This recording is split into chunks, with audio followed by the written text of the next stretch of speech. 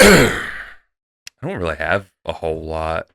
I mean, as far as life goes, it's been pretty quiet. Well, there's been a couple things on her side of the family but Yeah. that's not stuff I want to talk about. Not for us to tell. No. Yep. So nothing on my end of in my neck of the woods. There's nothing interesting going I on. hear you. So,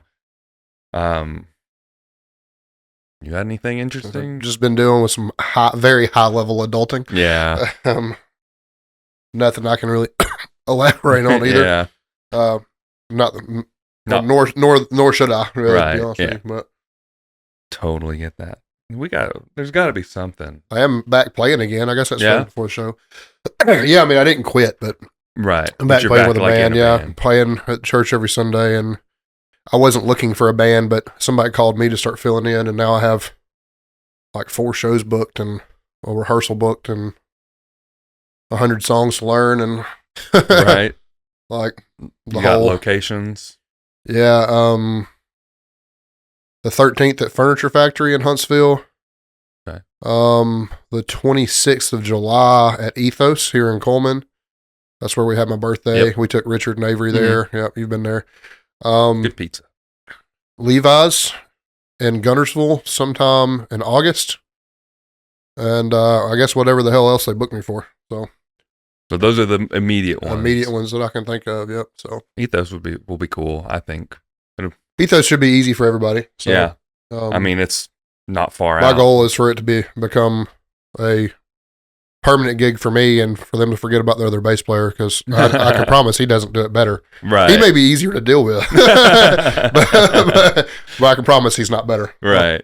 Well, I guess that just depends if you gel with the guitar player's a longtime friend. The drummer's somebody I've played with before. Mm-hmm.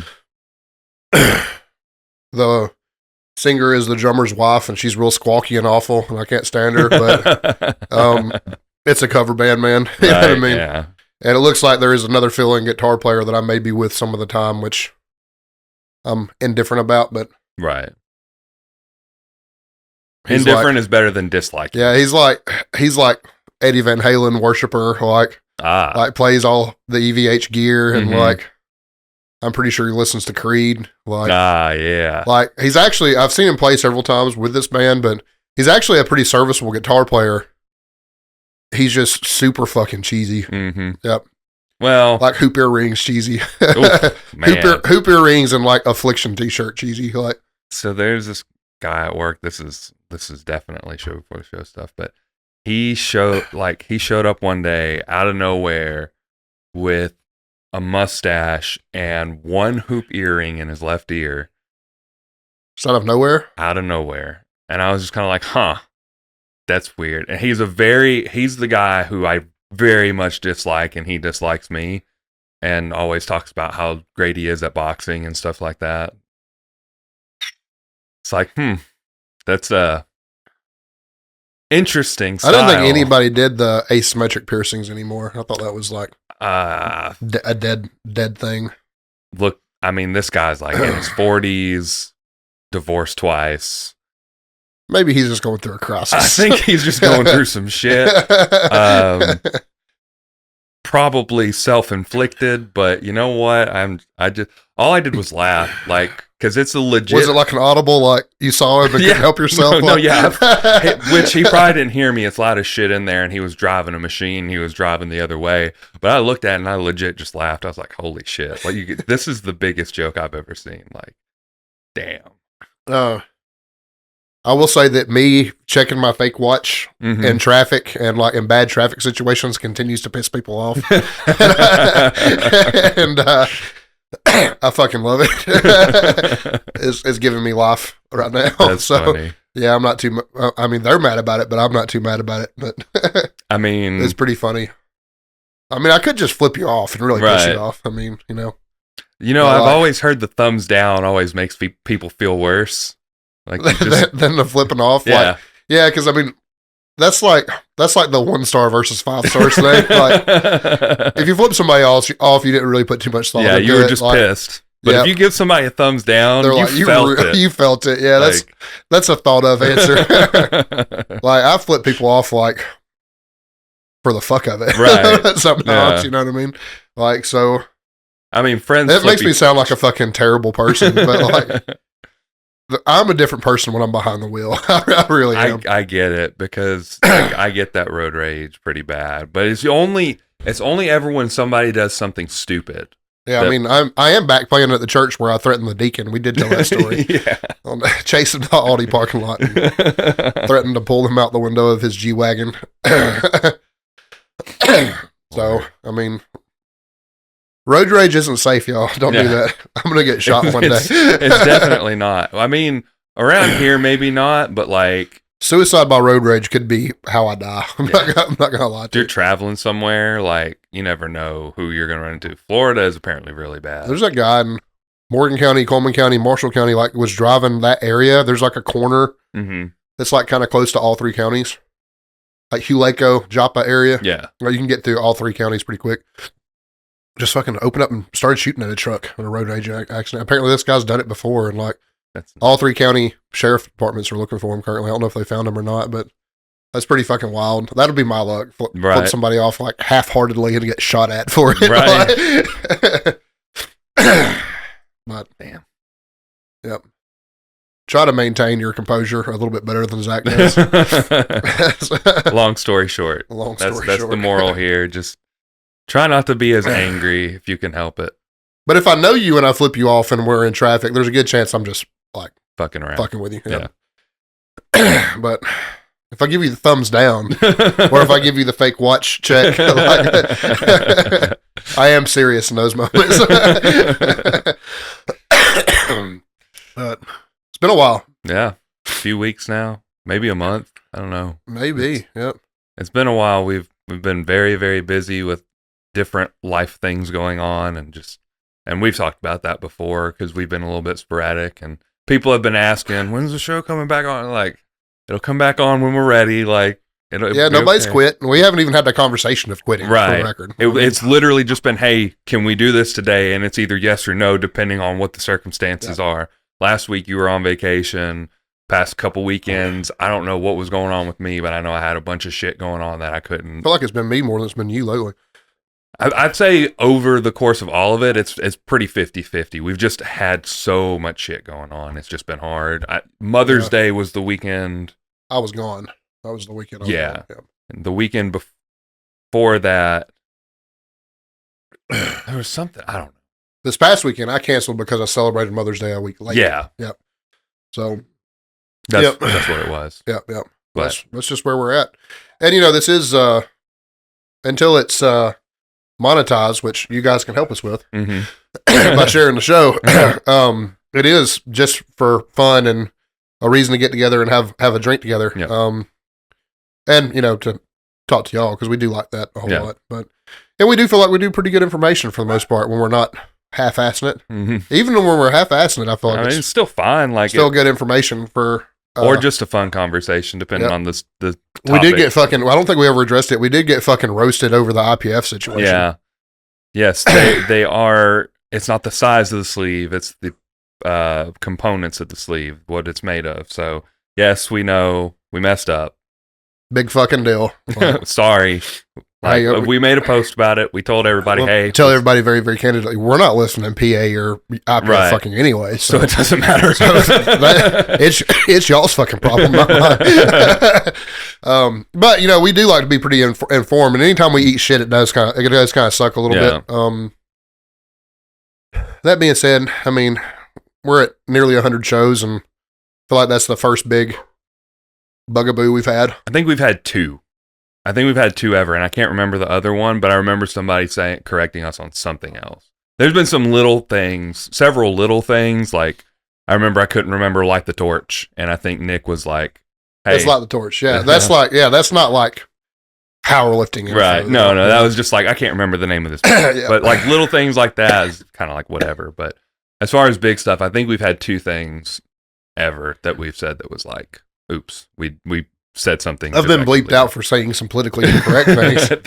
That's different. We both have, so a little bit into the alcohol, things just start to kind of flow a little bit.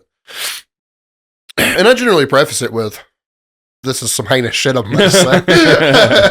But I feel like it needs to be said. We got a lot of friends doing good on their podcast. Brooke started seems hers. to be doing really well. I know she's got one episode out. She may have 2 or 3 now.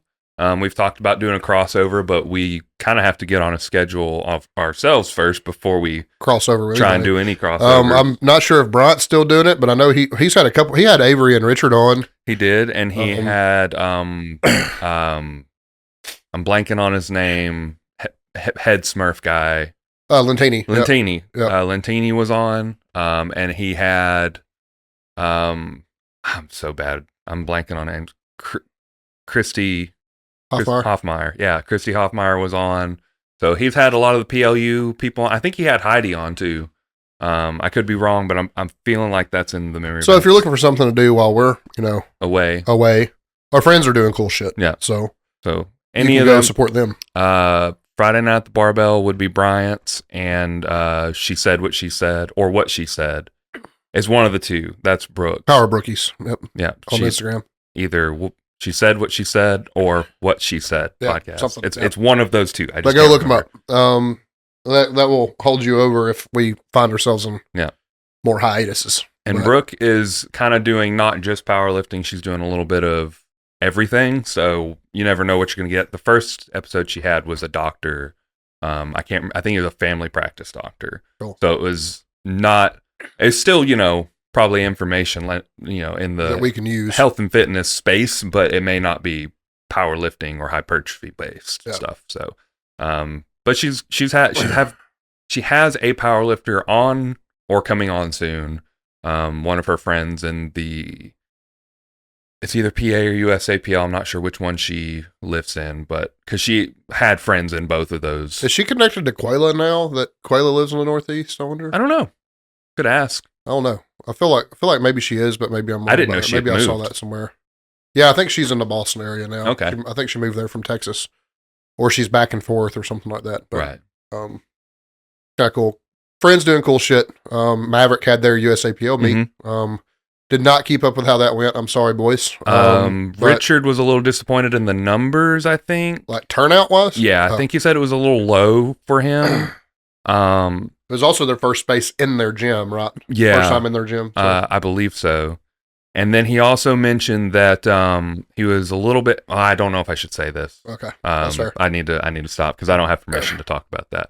But ask Richard. Yeah, if you want to get any details on that, I don't want to overstep any boundaries or lose any confidence. So, but yeah, so that was something that happened. They announced their PLU meet happening in November, I think. Correct. Yep. I almost kind of wanted to pivot and do it just to do it, but I will hold to that the Maverick events are the best events in the state. And that's one of the reasons why I was like, that'd be fun to go to. It's mostly local and I'd be supporting friends. So like that would be a cool one to do. But in the same vein, I said I was done powerlifting this year. So I'm sticking to it and I'm done powerlifting this year. It was just a thought. Like it's at the end of the year. I'd have 6 months to get ready for it, but I'm taking my break. I'm taking my break and I know I need to. I mean, I guess I could go see if I could total 1,400 plus with a 300-pound squat. But I don't even know that I can squat 300 right now. I feel you. I mean, I hit. I mean, it would be kind of cool to go post up 400 plus on bench and 600 plus on deadlift and still manage to total right 14. But I don't think I want to put myself. I still don't know really how the quad's going to hold up to deadlifting, which we'll get into later. But yeah. Just haven't done it yet, so. Right. Well, you want to bring us into the show? Yeah, it's a Sip It and Rip It podcast. You can listen to us on Spotify. You can listen to us on Apple, wherever the fuck you get podcasts. Watch us on YouTube. Like, subscribe, leave comments. Rate the show. Rate the show, please. On Spotify specifically. Share the show. All that good shit. Follow us on Instagram at Coleman_barbell, at Nathan Skedios, at Sip It and Rip It. Listen as much as you can. Support our friends. Friday night at the bar. And She Said What She Said. We mentioned them before. Our sponsors are The Butcher here in Vinemont. Buy your meat from there. They're fucking awesome. And Jam Logistics, Chad Patterson. They haul gas and stuff. Again, we don't bulk buy gas, so it's a little bit of a funny one, but they do provide our liquor when we're drinking it. We're Mhm. not currently drinking that much. I'm having a Twisted Tea. He's having a Diet Dr. Pepper. So Dr. Pepper Cherry Zero Sugar there you go. specifically, So, which I have not opened yet, but but I they're will. great sponsors. They do a lot for us. Yeah. Thanks to Justin and Chad for keeping this thing going. They're probably wondering why the hell we haven't put out an episode. But fair is fair. We're also not getting any kickbacks right now because we haven't been putting out episodes. Right. So, And one thing about the butcher, I always like to bring it up. They do smoked meats in-house. You can go in there. It's very convenient to grab it, freeze it for your meal prep if you don't feel like cooking. that's going to be very important to our conversation It today. is. So keep that in mind. They also do sides and stuff, which are not necessarily the most macro friendly, but they are pretty great. So, and I've always heard their chicken salad's really good. So, Easy meal prep stuff. My dad's crazy about it.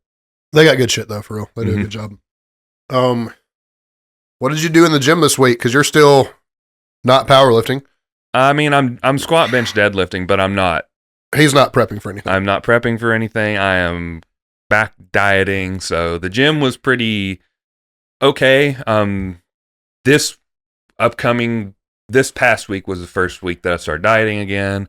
I've been with Joe for a month or so now. So it feels like you're going into your 5th week, right? Yeah, about a month or so. Have definitely noticed a few changes in my upper body. My chest, before I started cutting, I feel like got really big all of a sudden. He has me doing a lot of chest work, a lot of supersets and stuff like that. So my bench has stayed relatively high, all things considered. Just being on TRT, just being in a deficit or maintenance most of the time, my bench has still stayed in the 300, like when I was doing flat bench. I'm not doing any straight flat bench anymore. When I was in the 300 plus range for like anywhere between 5 and 8 reps. So staying relatively strong despite all the scale back of, food and testosterone and stuff like that. Squats have been better. We are only doing SSB squats. That's the only thing we're doing. We went from segmented squats, which is kind of like a shift your hips back, find your glutes, and then squat to a pause, and then squat up. We shifted from that, which was I passed 3 or 4 weeks, into 4-count eccentrics, which basically just means that he wanted to get me to a point where I got comfortable with putting the weight into my glutes. And then now that he feels like I can, we do the whole squat just very slowly. Only 3 or 4 reps, 3 to 5 sets, just depends on what he programs. Load is pretty minimal, like 50% ish. So I'm only squatting, 300-ish pounds at most, anywhere between like 280 and 300. But being able to do it without any knee pain is very, very big. I've been able to find my glutes a lot more, which we kind of assumed was the problem, that all of the force was going into my quads because I'm not recruiting enough of anything else. So when I started really feeling it in my glutes, a lot of that knee pain went away. We've also done a few other things. Excuse me. We did some knee flossing with wraps, which has helped, which is a weird one, but it's one of those things, it hurts in the moment because you're stretching your knee while it's compressed, which is not fun. And eventually, once you get through, a good 5-10 minutes of it, you let the wraps off. There's just like instant relief, and your knees feel great, and your mobility is great. And it's like, that's awesome. Yeah. So I try to do that a few times a week. He usually prefers it on squat days.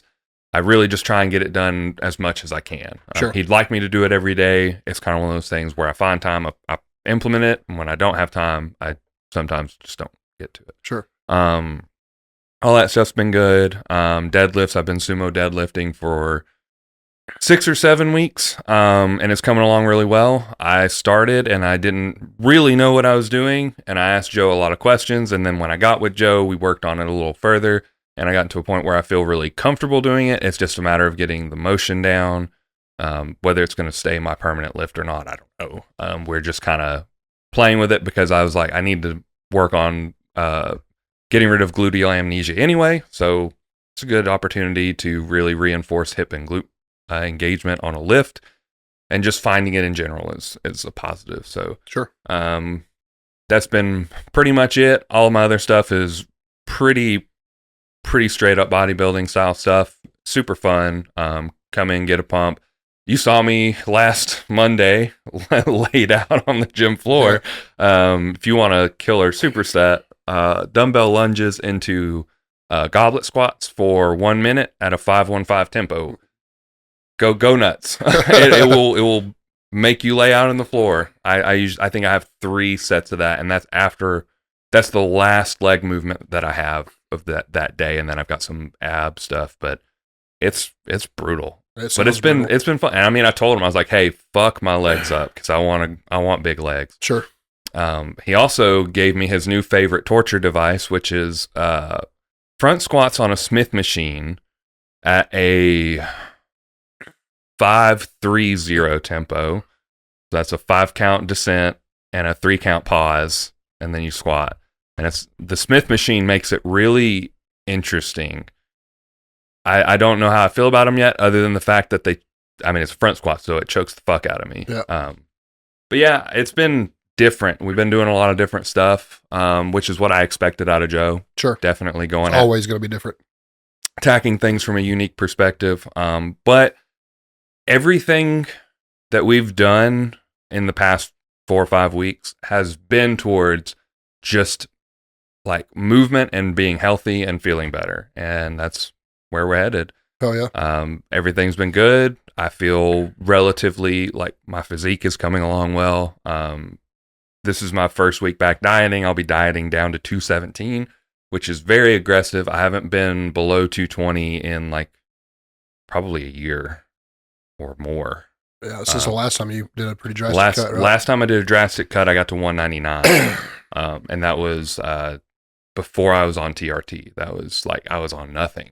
So I was off PEDs completely, cut to 199, got pretty thin and lost a pretty good amount of muscle. But when I got back on testosterone and got, anabolic rebounds real. Yeah, I blew up really fast and I got really strong. Yeah.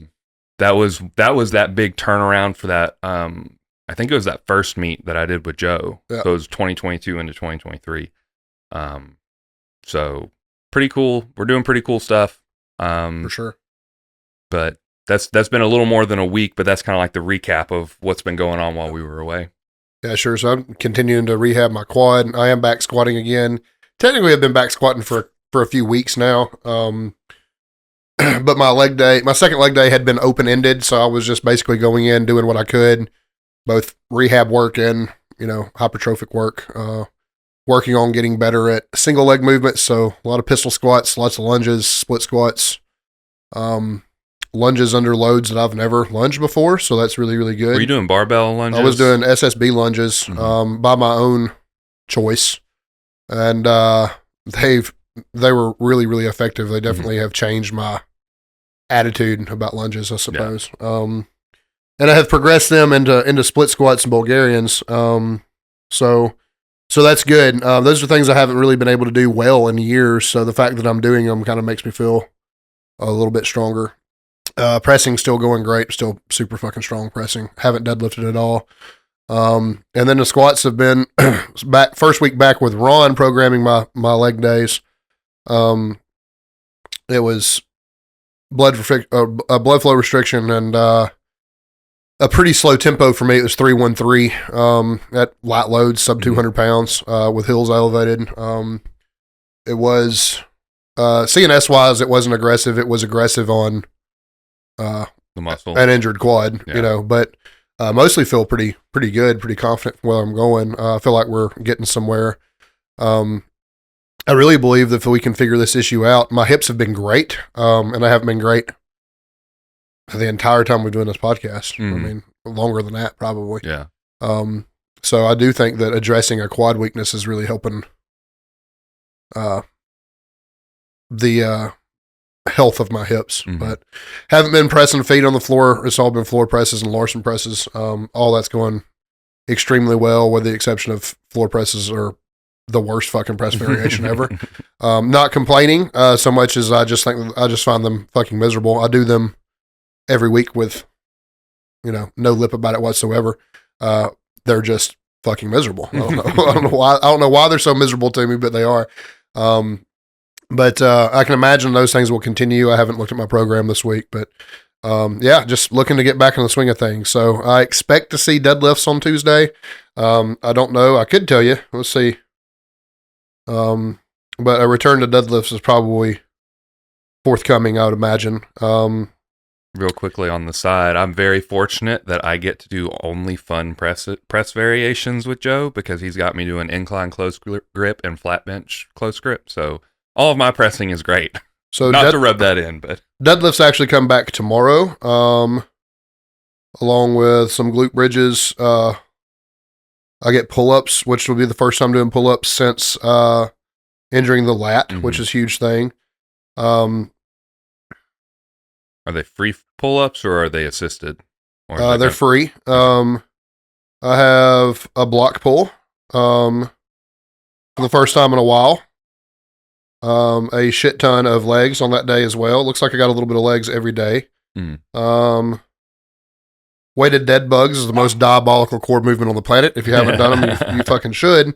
And then I have competition bench press, relatively light for me, but for the first time ever, I'm happy to see floor presses are fucking gone. And then another big ass leg day. So it looks like I do have one thing to say about some leg work he's having me do. Have you ever done any TKE stuff? I've had done them with step ups, and now I'm doing them with split squats. But a band goes behind your knee, like so. Have you seen Joe's lat cue for deadlift where you tie it to the bar and it pulls out? I know exactly what you're So it pulls my knee out in the same way. I'm doing split squats like that currently, and they were. Is it helping you like get your knee more forward? Yeah, and it fucks with my stability. So I really feel like it's training something. It's actually pretty conservative compared to what I was doing for my legs. But everything's very, very, in terms of volume, but everything's very, very pointed.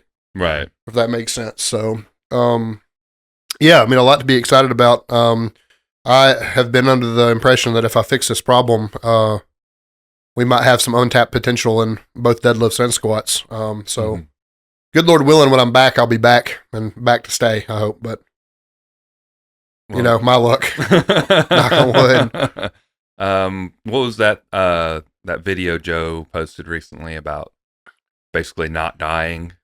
Yeah, he was basically talking about like, I don't think he was necessarily talking about elite people, but people that are great at the sport are people that just don't fucking quit. And I haven't fucking quit, and I might not ever build an elite squat, but I'm on my way to a big bench press and and some other stuff. So I mean, that's cool. Deadlift's yet to be seen because I mean, I kind of got a double whammy on deadlift between the lat and the quad. Yeah. So, that's kind of the funny thing about, it's a squat injury, but I also had an upper body injury, and both those things are crucial to the deadlift, despite it being a lower body lift. So like, it's one of those things. Yeah, squat got it, bench press got it a little bit, but not too bad. But it really all like kind of fucked up and poured down on my deadlift, really. Like, this is the first time I've had an injury that kept me out of two things. Right. Like I've always, like when I tore the groin, I could still deadlift. Yeah. When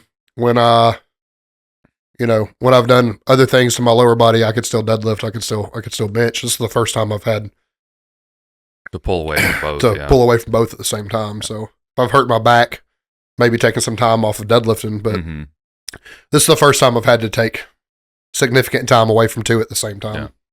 But a lot to be encouraged about. I don't want to jinx myself, so probably just leave it there. A bunch of good music's to come out. So what do you got for PR songs? Oh man, let me pull it up. So I had like 12 in the log. I got a new phone and I lost all my notes. So I've got some over here. Okay, yeah. So 2 from the same album. It's a soundtrack, but it's all like new music. But the new Doom game came out, Doom the Dark Ages, which is fucking fantastic. If you are a gamer, you should be playing this game. It is the most metal video game on existence. And the soundtrack, even though it's not Mick Gordon, it's Finishing Move Inc., which is like, I guess I'm assuming it's a studio and not just one individual producer like Mick Gordon.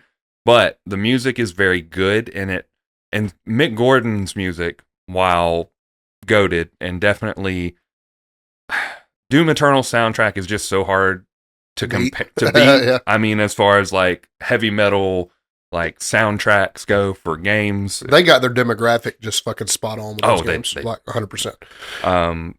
But this music is paced with the game, so the game is slower than the other two. Like it moves slower, everything reacts slower, but everything is like stronger. Impact is heavier.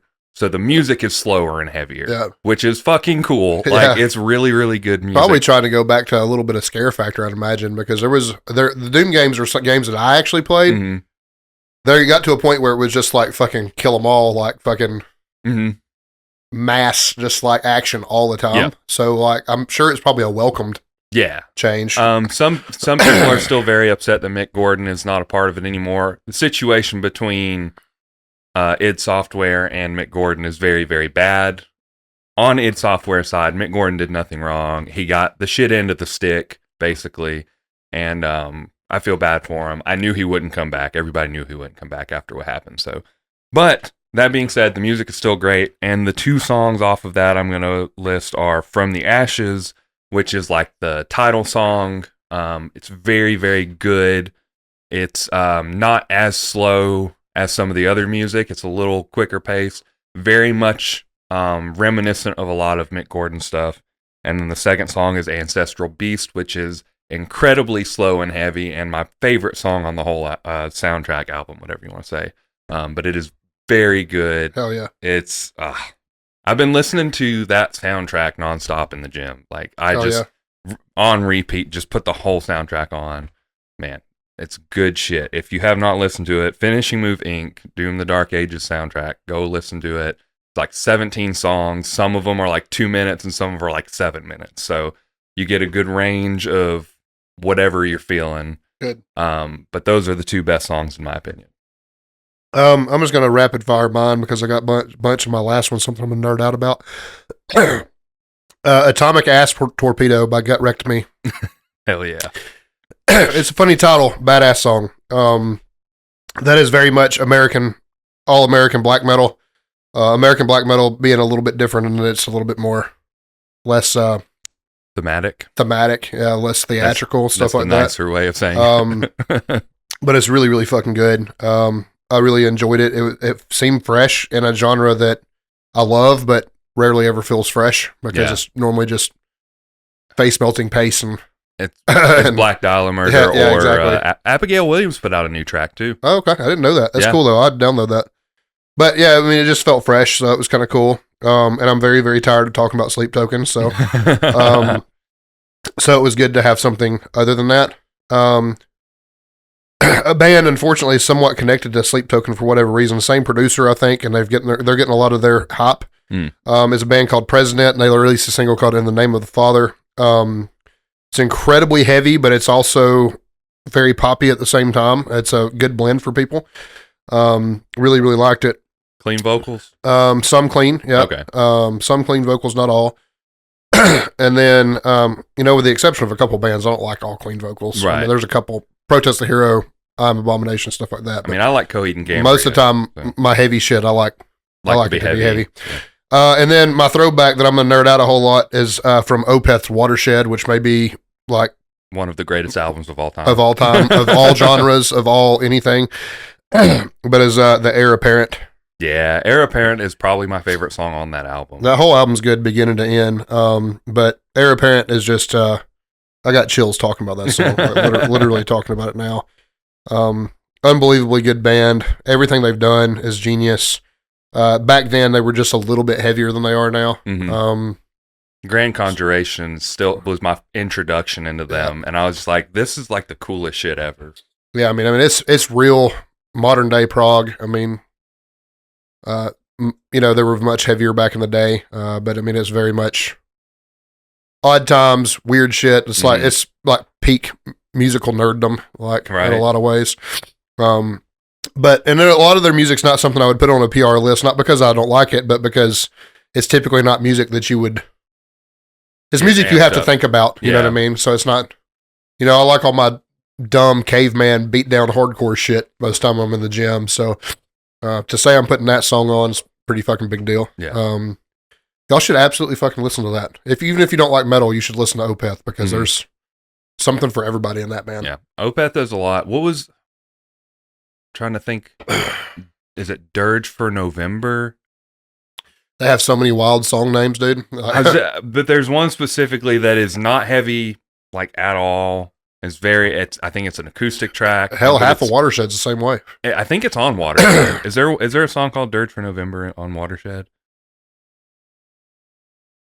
Derelict Herds, probably the closest. It wasn't that.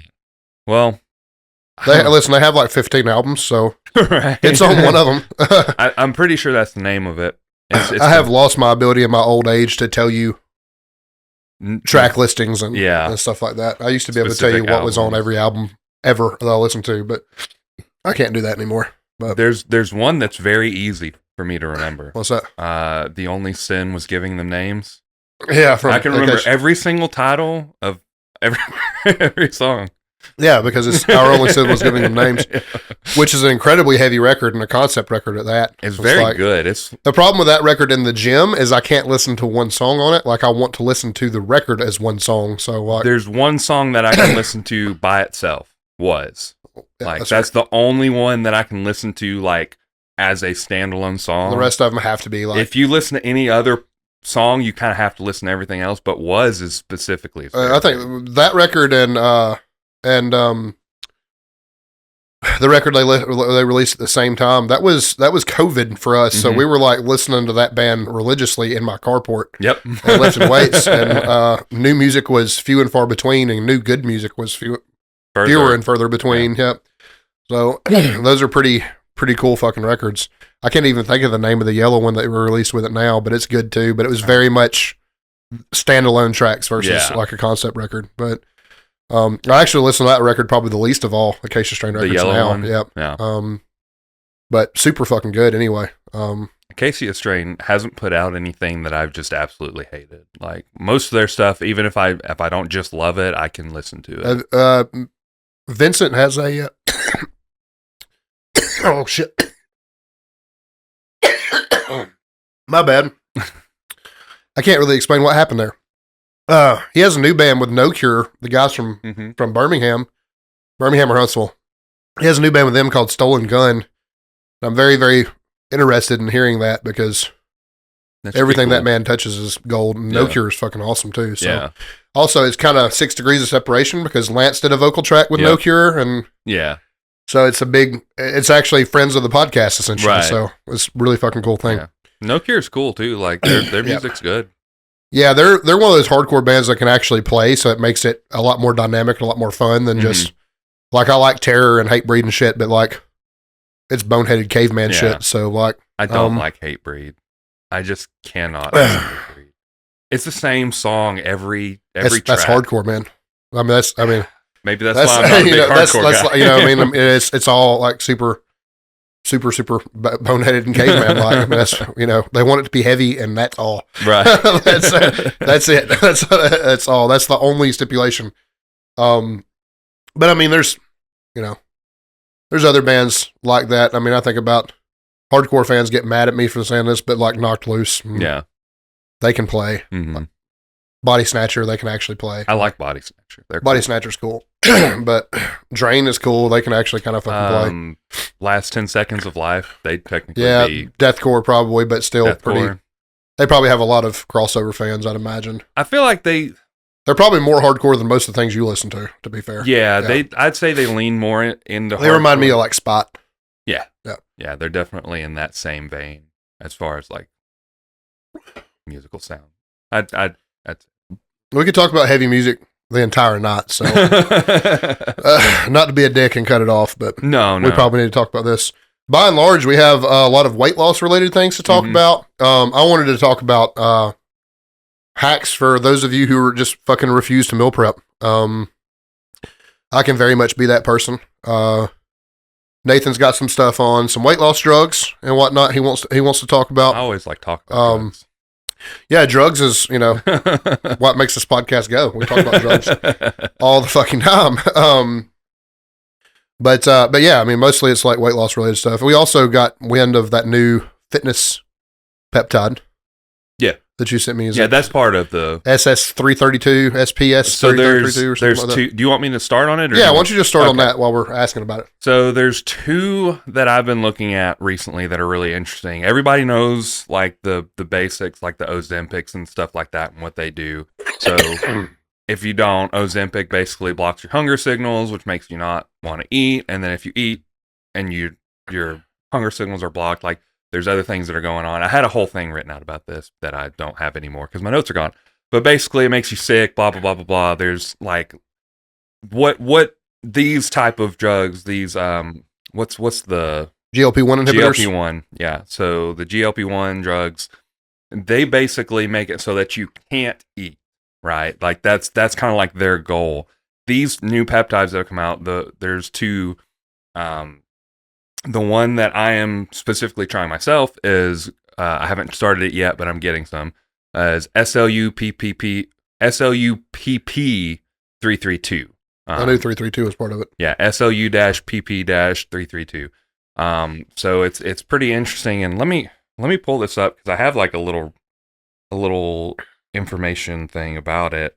That way I can give accurate information and not get scolded for sending off some information that may or may not be 100%. So,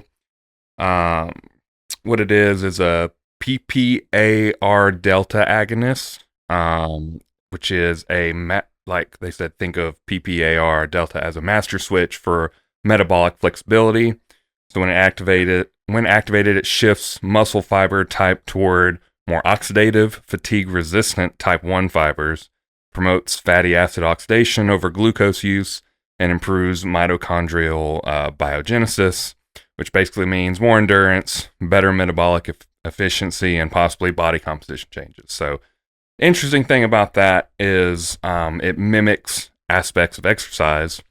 So, in some of the studies that they've seen, VO2 increases VO2 max, enhances mitochondrial gene expression, and improves insulin sensitivity without exercise. So then you pair it with exercise, and it acts like exercise on steroids. Like it's just better. Yeah. So you get more of the effects of exercise than just exercising. They've noticed that you get all these effects without ever actually doing any exercise. So that's very, very interesting. So this is kind of like, in theory, like in what they've seen, the pill that we've all been looking for. And it is like a capsule. Yeah. So they have it in dry oral, and they have it in liquid oil. Do we know the availability versus oral versus injectable yet? There's like not an bioavailability? Okay, There's not. They're all oral. All oral. It's either a liquid oral or a powder oil, like a capsule. So one more thing, there was some stuff. So that's convenient. I'll say that. Right. Yeah. It's very easy to take, which makes it available to the masses, because a lot of the masses are like, I have to inject something in my body. That doesn't seem safe. But you'll take a vitamin. But I'll take a vitamin any day. So bioavailability from the mouth orally has been seen to be productive. There are risks. So everybody has to understand this. There are no human controlled trials. This is all done on mice. That might make you grow an arm out of your ass. We don't know yet. Most likely not. We're hoping not. But we don't know, right? So they've tested in rodents and isolated cell lines. So everything that we are dosing and everything like that is guesswork. So you kind of have to play with it and figure it out. You are basically running a test on yourself when you take these drugs. So remember, with all peptides, like we're not doctors. We're not doctors. This is just something that is coming out that scientists are working on that has seen a lot of positive things. So this is why it's being released on these peptides websites, because it's like, hey, this is doing cool shit. It might be good. It might not. So there is, there's also, because there's been no tests, no human established human bioavailability, half-life, or metabolism data. So you just kind of don't know if it works or not. Sure. Unclear on the side effects. It's like has shown some tumor promoting activity in some animal studies, especially with other compounds like cardarine. I'm sorry, Cardarine or carnitine? cardarine. Oh, so the SARM. Yeah. Okay. Which is what's actually technically not SARM. It's a VO2 maximizer too, correct? The cardarine? Cardarine, yeah. I think so. So it's in the same same family, so they don't know if it can do this or not. Like they just haven't seen it, right? I probably worded that right or wrong, excuse me, because what it says is chronic PPAR delta agonism has shown tumor promoting activity in some animal studies, especially with earlier compounds like cardarine. Okay, so we just don't know. It doesn't specifically say that they've seen it in tests of this, but with this type of drug, they have seen it before. So sure, keep that in mind. And then obviously unstable sourcing because you don't know what you're getting when you're ordering. Modern Aminos is where I got mine from. Joe has a code for it. I think it's AOD. You can go there. You can look at it. You can decide if you want to try it or not. I know Amino Asylum is where I usually go. They also have it available. Yeah, they have it available as a liquid, but it's significantly more expensive. Sure. So that's why I went with Modern Aminos. So this is one of those drugs, again, any peptide. You don't know until they do human control trials, and you don't know the long-term side effects of prolonged use. This is something that I'm not going to be using year-round. This is not something I'm going to keep, especially because it's a test peptide. There's not a lot of information. I'm going to use it during my cut, see how my body reacts. If it works, great. If it doesn't, I just probably won't buy it anymore. Won't take it anymore. No harm, no foul, as long as I don't have any bad side effects. If I have bad side effects, I'll stop taking it immediately, obviously.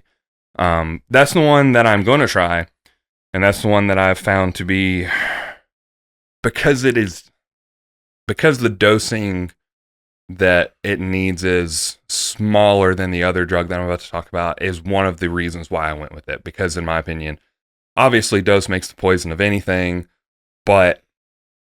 and you don't know, depending on the reaction, what you're going to get. I just assume smaller dosing, most likely to have fewer side effects than this other drug that is kind of in the same vein. It does things a little bit differently, but it's also incredibly expensive.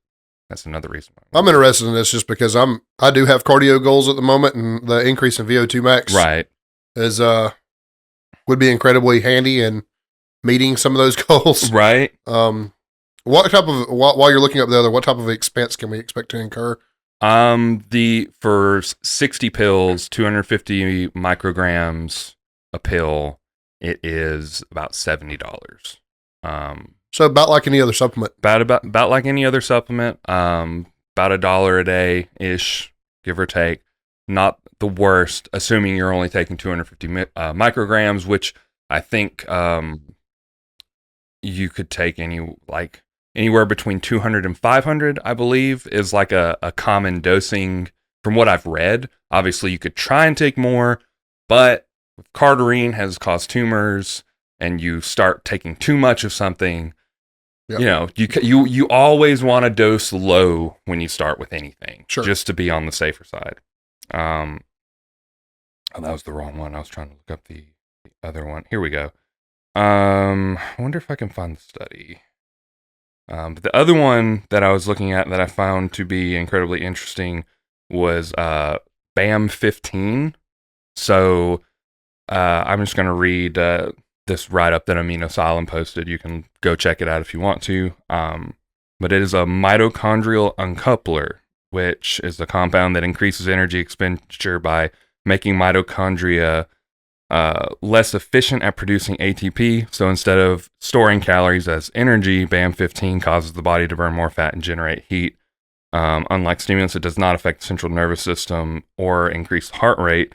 It makes it unique as a fat loss tool with a unique mechanism. It boosts calorie burn at rest, promotes thermogenesis, and may even protect against age-related diseases by improving mitochondrial function and reducing oxidative stress. Specifically, it was intended for people with obesity, metabolic dysfunction, or mitochondrial disorders who require a novel approach to fat loss and energy regulation. It's stimulant-free. It makes it potentially safer for those who are sensitive to fat burners. It may also benefit patients with age-related metabolic decline, chronic fatigue, or inflammatory conditions. I've read several studies, and I wish I had an eidetic memory so I could just rattle them off. But what my understanding was, basically, it does a lot of the similar things that SLU-PP332 does, in the sense that it can like increase your energy expenditure, which makes you feel better, more up without the caffeine and other things like that. And then you're feeling in the gym, like you're going to burn more calories while you're working out, stuff like that. There's like, it's very, very similar in the effect that it does. I'm pretty sure I read that VO2 max went up with that as well. I could be confusing the two studies, but my only worry with that is the manipulation of ATP could be poor for strength athletes. Mm-hmm. I mean, it might not matter when you're cutting though, right? Because strength's going to be poor, or at least lean more toward poor, right? When you're in a calorie deficit anyway. Yeah. That's something I would probably use a little bit more.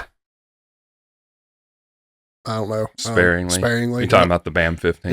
Yeah. But you know, we also don't know about it either. Right. It might be completely fucking fine. I mean, but you know, we are with both these drugs to some extent, we are getting more into the realm, even with the 332, we're getting more into the realm of it probably is going to have the most amount of benefit toward an endurance athlete. Right. That's not to say that it doesn't have applicable things to us, especially when it comes to, you know, cuts and weight loss and stuff like that. Anything to expedite that process, I'm about, because I would love to earn a calorie surplus back. Right. And the cool thing about all of these drugs is that all of the studies that they've done has been on, they've done trials against, you know, people like the rats or the cells or whatever that are taking it and eating, the rats, I guess specifically, that are taking it and eating normal diets and then taking it and eating in a calorie deficit. And like, well, not against each other, but like those against like regular, like doing either or, right? Placebo, yep. So the rats that are taking it and are fed less food have more lean muscle mass. Oh, right? Interesting. So they're preserving their muscle mass during the fat loss, which is really cool. And then the ones that are eating normally are just losing the fat. Do we think that has something to do with recruitment of type 1 and that type 2 muscle isn't having to overwork? Potentially. Essentially, because you're getting more type 1 use fibers, out of your type 1 fibers and stuff like that. Well, also it's just that the you're using your fat. Like you think about, like people talk about keto and diet, ketosis. I'm burning fat, you know, because I'm only eating fat, so there's nothing stored. It's kind of like a get carbs for free card. In a way. Basically, like the way I looked at it when I read all these studies was, it's basically like you get into ketosis without having to lose carbs, which is incredible for any performance athlete. Yeah, theoretically, we're not saying that it's actually ketosis, but we're saying that like you're getting similar effects. Yeah. The BAM 15 seems a little shadier just because of manipulation of ATP. Yeah. In my mind. ATP is something we inject. Right. We use iridescence. Like both of us have now. I have clients using iridescence and stuff like that. So ATP is something you want to have readily available as a strength athlete. So I'm kind of on that one. But like if it works, it works. Like I said, especially if you're in a cut where things are gonna suffer a little bit anyway. You know what I mean? So like obviously the BAM 15, like they said, was designed for people that are like obese, right? Yeah. Not necessarily designed for athletes. This is designed for somebody that pretty much anything they do in the gym, they're probably going to build a little bit of muscle. Yeah. And honestly, they're getting in general net health gained. Yes, you know, from being so in the gym. It's just like, hey, we just need something that if somebody fucks up their diet, they can still lose weight. Yeah. Like that would, from my understanding, that is the design of BAM 15. Sure. So if you are not a strength athlete or not overweight or if you are overweight and a strength athlete and you want to cut and you have trouble dieting, like it may be something that you can take in the midst of all this, not long term, because obviously you don't want to completely lose your strength, but take it for a short period of time with your cut and just shed a bunch of fat really, really quick. Now you do have to be careful about excess skin and stuff like that. But is there a specific hormone these things are derived from? Or are these all fragments of growth like we've seen before, or what? I don't know. Do we know? I don't know. Okay. This is something that the research may be out there. When it comes to peptides, I mean, they're usually just chemical based, right? So, well, everything is a chemical. Sorry. But I mean, I understand. Yeah. Like, I don't think it's a fragment. I could be wrong. I don't think it's a fragment or derived from anything specifically. It's because I'm not a chemist, right? Yeah. So bear with me. What I understand, like the mitochondria, the BAM 15, the mitochondria uncoupler is not necessarily something that's like, I'm assuming it's very similar to a gene, like the gene editing stuff. So it's not something that's present in us already. Right. I think it's just going into the mitochondria and like changing it to work a different way. Is it 100% exogenous, I guess? Is it something that we don't produce? I would think so. Okay. I don't know. Where growth is obviously something we as people produce. Right. Testosterone is something we as people again produce. Yeah. Prefacing this, I could be wrong in this, but I don't think so. But I don't have information on either side saying just the way I'm envisioning it in my brain. I don't think so. Okay. But either way, these are two drugs that are very interesting. I plan on keeping up with them, and obviously, I'm trying the SLU-PP332. So I will be doing a trial on myself to see what it does to me. I'm not expecting a huge difference. I'm expecting, hopefully, and I'm pairing this with methylene blue to help with mitochondria health and stuff like that. So I'm pairing these two together.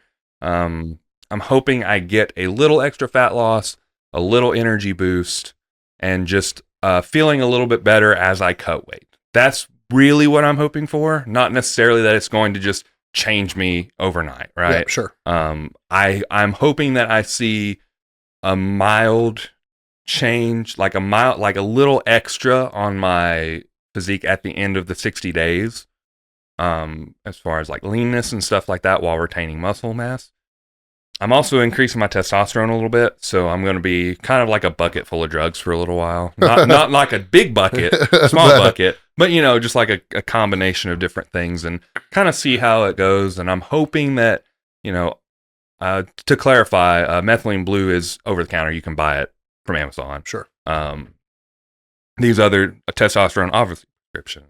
Then the SLU is a peptide. So taking a few different things, see what happens. I'm just hoping I'm not going in with big expectations. Like sure. if the only thing it does is make me feel better during the cut with a little more energy, I'm good, man. Cool. That's perfect. If I get a little extra on my physique, that's even better. Yeah.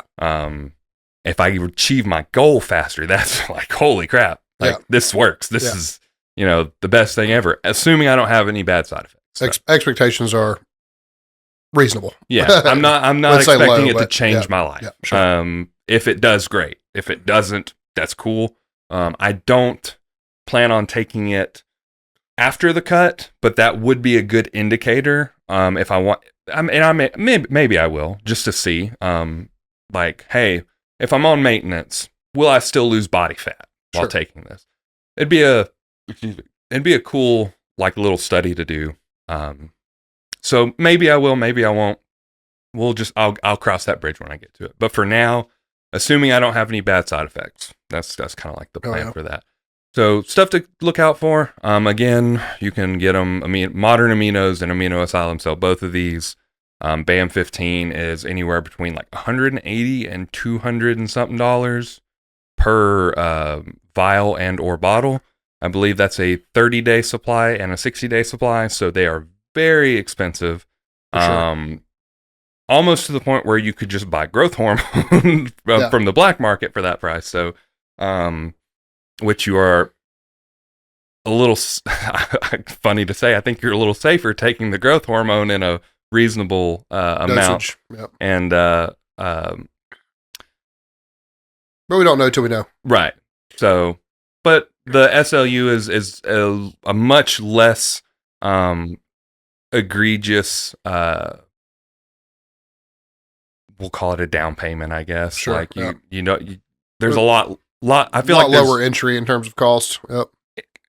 barrier to entry, right? The cost of it, the amount that you have to take, because Sure. we're talking about 250 micrograms versus 25 milligrams of Sure. BAM15 for their quote unquote Yeah. dosage, which is that's just what amino asylums put as it's like 25 milligrams a milliliter for 30 milliliters.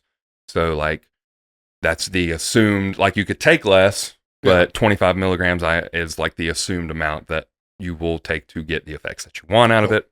So, but again, these are also different, like they do different things. Like they may have a similar result, but they do different things in your body. Sure. So the effects that you want are going to be tailored to you as an individual. Sure. Like someone who is very like obese and just wants to lose weight might be more interested in the BAM15 despite the cost if they can afford it. Sure. Whereas like an athlete who's just trying to cut a little weight and maybe get a little more energy. Interesting. Still cheaper than a GLP-1. Yep. GLP-1 is crazy. Well, black market GLP-1 is actually pretty well priced. It's what, like $80? It's about half the cost of amino asylum, depending on dosage, is anywhere from 129 to 249. Yeah. And that is something, GLP-1 is something you have to progressively take more Yeah. of. So eventually you will work up toward that bottle. But it starts off about half the price and goes up to about $25, $30 less. Yeah. So I mean, it's money saved anyway. Right. But again, with those, you have to know your dose. Mm-hmm. So you probably would have had to have talked to a doctor Right. prior about a GLP-1 if you buy it black market. So Yeah. because you have to be educated about your dose, because that's something that could fuck you up pretty quick if you took too much of it. Mhm. So yeah, that is definitely a drug specifically that you need to take very, very little of at the beginning. Sure. I mean, I've heard of people taking as little as 2.5 milligrams up Mhm. to like 20. Yep. But that's over time. Mhm. So like I think most people start at 2.5 or 5 milligrams. Yeah. So, but I mean, And amino asylum does have tirzepatide and semaglutide too. Yep. So, I'd say this, Twisted Tea's run through me. I gotta go piss real quick. And then we'll go read this. I was looking it up while you were gone. It is a BAM15 is something that is occurring in the body because it says here it is a proto-no4 uncoupler capable of protecting mammals from acute renal ischemic reperfusion injury and cold-inducing kidney tubule damage. So it is something that does occur in the body. So I was wrong about that. Okay. Well, it's good to know anyway. Clarifying that. I'm going to actually see if I can find something on SLUPP332 real quick, just to make sure. Let's see. It says it's a synthetic small molecule. So it is purely exogenous. Non-selective estrogen-related receptor agonist. I knew it was acted on estrogen because based on what you had sent me. Yeah. There was a short person pointing that. Yeah. So, which is kind of curious if it could work too as a estrogen blocker potentially. We don't know. No, immediately. Not just by a brief look at this. But that's something that maybe we might find out later as we know more about it. Estrogen-related receptor agonist. If it's an agonist, that means it's working against, right? Agonist is working with. Working with. Antagonist works against. Okay, so it's that's probably not a blocker. Probably the opposite then. Yeah. But nevertheless, though, estrogen is naturally occurring. We do have to have it. So one thing that I'm curious about, though, if it works with estrogen, you're taking testosterone, your estrogen goes up, and you're prescribed estrogen blockers, which is going to bring down your estrogen, will it work at all? I mean, I'll find out. even with an estrogen blocker, estrogen doesn't get like blocked. It's Right. not like a perfect. It just comes down. Right. It just comes down. I was just curious, like, if you have more estrogen, would it work better? And would you still have the estrogenic side effects, like gyno and stuff, or would it help to like use the estrogen? I don't know. Well, I mean, I don't know. There's a lot of there's going to be a lot of unanswered things about it for a very long time, probably. Chemistry stuff that I have no business talking well about. above our scope of practice or pay grade for sure. But now, kind of piggybacking on this conversation, because we did talk a lot about GLP-1 inhibitors, and I think anybody that's taken them know that if you eat particularly crappy, they're harder on you in terms of, gastro health, basically. Mm-hmm. You may end up in the hospital. Yeah, you could if you continue to eat poorly while using these things. Most of the time, they're pretty safe so long as you're trying to do your part. Yep. From a dietary standpoint. So for that reason, and to segue into my part of this conversation, everything we're going to be talking about today is going to be relatively low fat hacks toward basically getting you around fucking meal prepping. Oh, I thought something detrimental was happening, but it was just burp. A burp. Yep. Okay. Dr. Pepper does that to me. Yeah, it does it to a lot of folks. And because we're strength athletes, we have to have carbs, so it's just inherently better for us to talk about high carb, low fat. Yep. And from a strictly personal training standpoint, we've talked about this tons of times. Fat is just calorically more expensive than carbs are. So to achieve a calorie deficit, typically it's easier to eat low fat. That's what we're going with. And we're just going to share some of the things we do to get around either meal prepping or to get a tasty meal without having to absorb a huge hit to our fat levels, basically. So I have several of these things in particular that I wanted to talk about, but we'll start at breakfast. Do you have any breakfast hacks at home or from a fast food restaurant that you... I don't eat fast food breakfast much. That being said, I think Chick-fil-A does like a chicken and egg white that's where I was going to go. Sandwich. Yep. So that's where I would go. Like if I was in a pinch and I couldn't afford to like eat like a bad meal or whatever, if like my calories were very, very restricted like they are today, that'd be something I'd lean into. At home,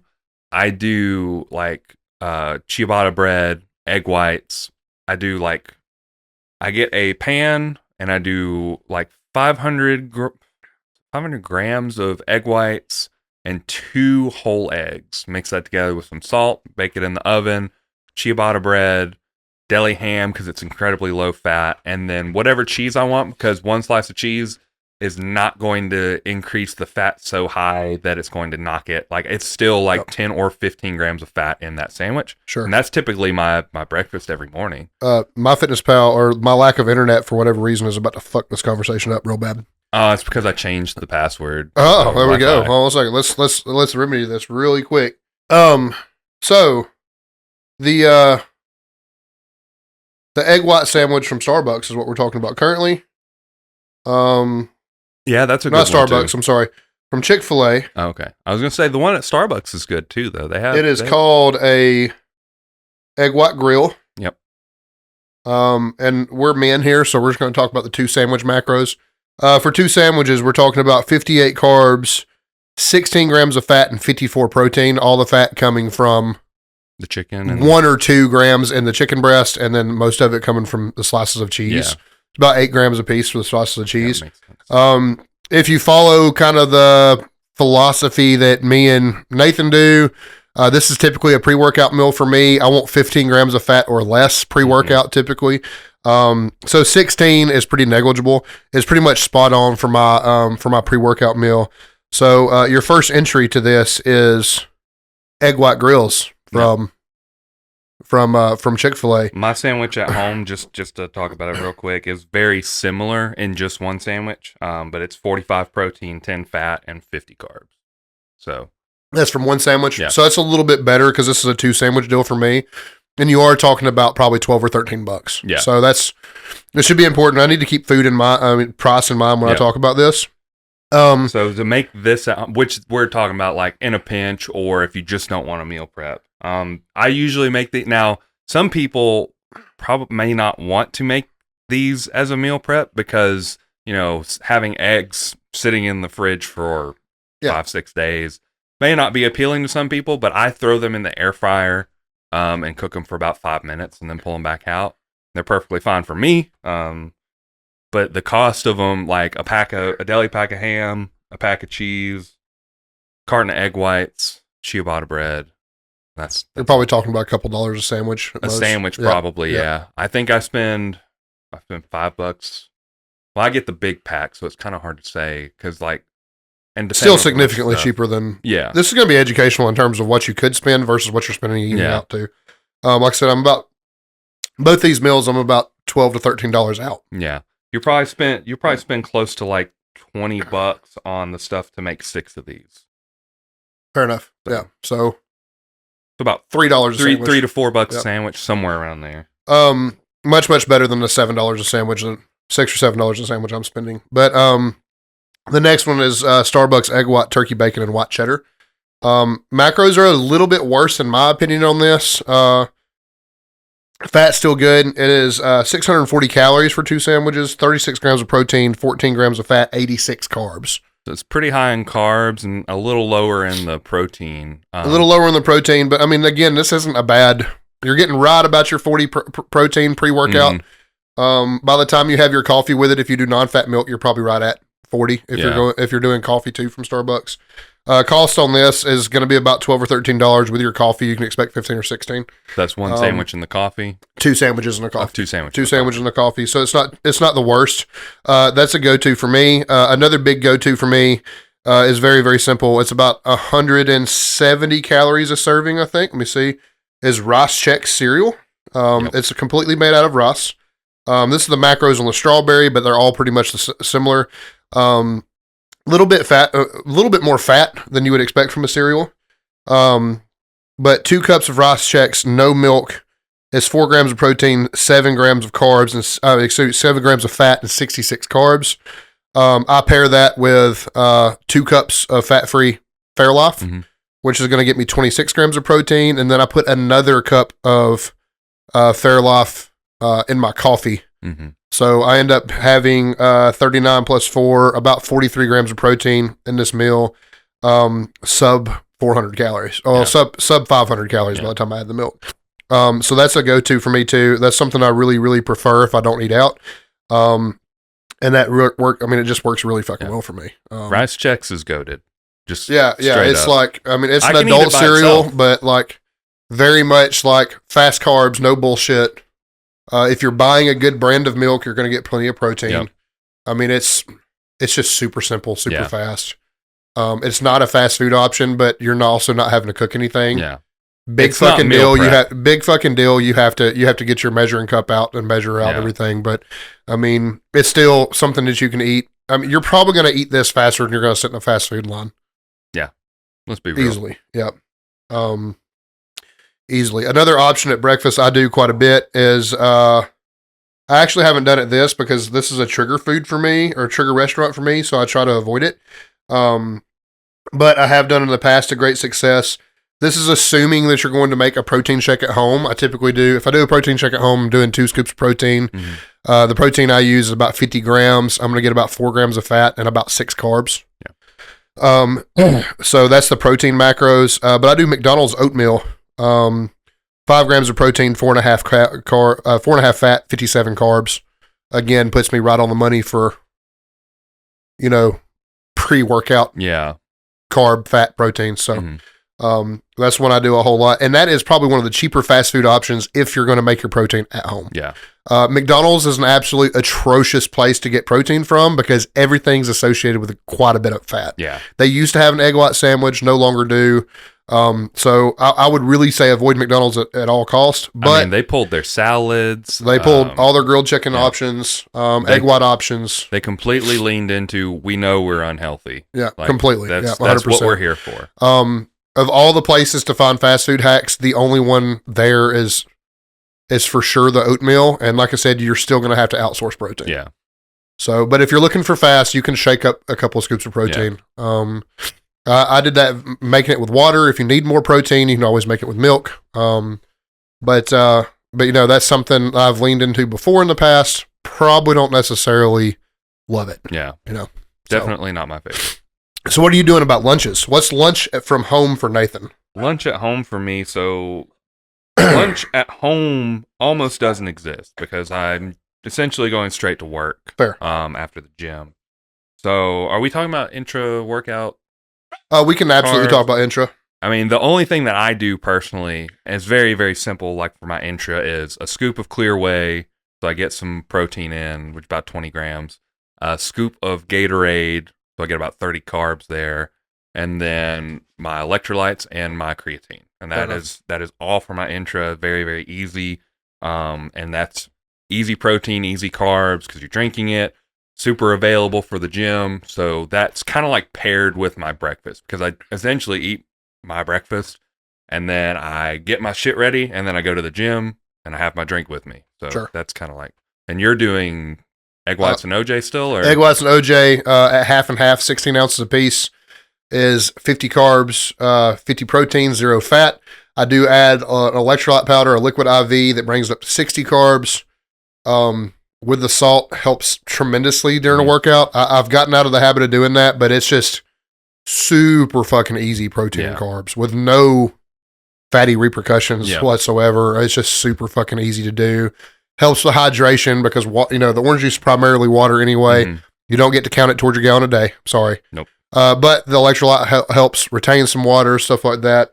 It tastes good. It's just fucking easy, light. Man, you can't find... It's sub 500 calories also, and I dare you to try to find something better macros, 50 protein, zero fat, 60 carbs for sub 500 calories. Yeah. It's fucking, you might not like the idea of it, but in terms of exactly what you need intra workout, fucking spot on. Yeah, I'd say I'd only argue that mine is very, very similar because there is zero fat in it as well. You could absolutely achieve it with a 0 carb powder and electrolyte. Whatever else you're going to mix, you say creatine and a carb powder if you want to. It's like, I mean, if you're buying like Gatorade powder, that's your carb and your electrolyte. Yeah. So like low hanging fruit, it's pretty easy. But I really suggest an intra. I think it helps work out significantly. Yeah. I won't do a workout without an intra anymore. And it also just one thing that's really interesting as far as like dieting goes, and this is something that I've noticed that goes along with my plan. Because the RP Diet app fluctuates your calories based on lifting and non-lifting days. So you eat significantly less and you eat significantly more on your workout days. So having an intra workout and having like a carb that is easily removable, like something that is not in your planned meals, makes that incredibly easy to do. So like on the days that I don't work out, I have no intra and I have no Rice Krispie. Like that's my interchangeable carb. Sure. Super fast carb, very easy to eat. It's like a little bit of a sugar hit, so you kind of like don't have to feel like you don't get anything fun. But it's like straight up all carbs. There's like 1 gram of fat and one little thing is like 30 carbs or something. Yeah. So like very, very easy to change in and out while keeping your core meals what they should be on your low days and then having this extra stuff. Sure. So that's just if you're doing that where you're cycling out your calories based on lifting days. If you're eating the same thing every day, then whatever. I have 2 or 3 great lunch options. One being a little less good just because there's no super good information in it in terms of, I'm going to get it out of the way first. In terms of MyFitnessPal, you kind of got to log everything separate, like mixed vegetables separate, the sauce separate, chicken separate, rice separate. You have to kind of log it all separate. But first go to, and everybody's going to think I'm crazy, I'm pro MSG because it makes things taste good. But go to your local Chinese restaurant, order your favorite chicken and veggie dish. For me, it's Szechuan chicken and white rice. Yeah, that's super easy. You're moving toward your fiber goals now, like we're post-workout. It's super low fat. You're going to get a little bit of oil in your sauce. Yeah. For the most part, it's less than 10 grams of fat, depending on where you're tracking it from. And like I said, it is a hard thing to track. You don't get to eat the fucking egg roll. No fucking egg roll. And then rice is really easy. Everybody uses white rice or jasmine rice. They log about the same. It's very, very, very easy. The only thing, a problem that if you're using MyFitnessPal, it's a little harder to track. So that's the reason I say this would be the least good option for lunch if you're eating out. Next to, you can do this for Moe's Southwest too, but they're like Chinese. They're very hard to log. And I actually hate Chipotle because I hate the way everything tastes. Everything tastes the same at Chipotle. Mm-hmm. But Chipotle. Super easy. Super easy. I do. And you get some fat in this meal that surprisingly enough, like isn't that detrimental and it still tastes good. I do a burrito bowl, white rice, pinto beans. That immediately helps with, I'll tell you the macros in a minute. That immediately helps with fiber, having the pintos in there. I do double chicken, corn salsa, cheese, and sour cream. And this is a more substantial meal, but again, this would be post-workout for me. Let's look at it really quick because I log this one all the time. The full bowl, if you eat it, is just, man, these macros are so fucking good. 785 calories, 79 grams of protein, 20 fat, 80 carbs. Yeah, that's really good. And it's like 40 grams of fiber. It is your entire fiber. We want to eat, for men, we want to eat between 25 and 35 grams a day. You knock all of that out with this meal. For fast food, it tastes really, really good. Chipotle is not my favorite, but it's still highly palatable. It still feels like I'm eating something I shouldn't without eating something I shouldn't. Yep. And I eat that all the fucking time on this diet. So, I still get, for my cutting calories, it's about 3,200 calories. I'm still having to, so I have a little bit more leeway with some people in terms of like the size of my meals are probably larger, but 79 grams of protein in one meal is fucking immaculate against 20 grams of fat. Yeah. Like probably just a smidge high on the fat for a post-workout meal. Like I said, I want to keep it between 10 and 15 grams technically, but for just 5 more grams and you're winging it because you don't want to meal prep. Kind of hard to beat. Pretty fucking hard to beat. Yeah. Price on this is bad though. Close to $20. Yeah. This is the double chicken. Yeah. Because you're talking, what, like $12 or $13 for the bowl and then $4 or $5 for the double chicken. For the double chicken. Yeah. So Moe's is a little cheaper than that, I think. I think Moe's is a little cheaper. Again, harder to find information about their ingredients on MyFitnessPal. Yeah.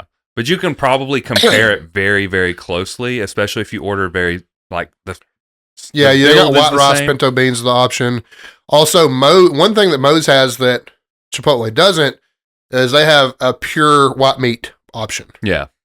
So you could opt for white meat. Mm-hmm. Also, their steak is very lean because they use skirt steak. Their macros on their steak's actually better than their macros on their white meat chicken. But again, you're not going to be able to just look up Moe's Bowl and log it. Yeah. You're going to have to log every individual ingredient.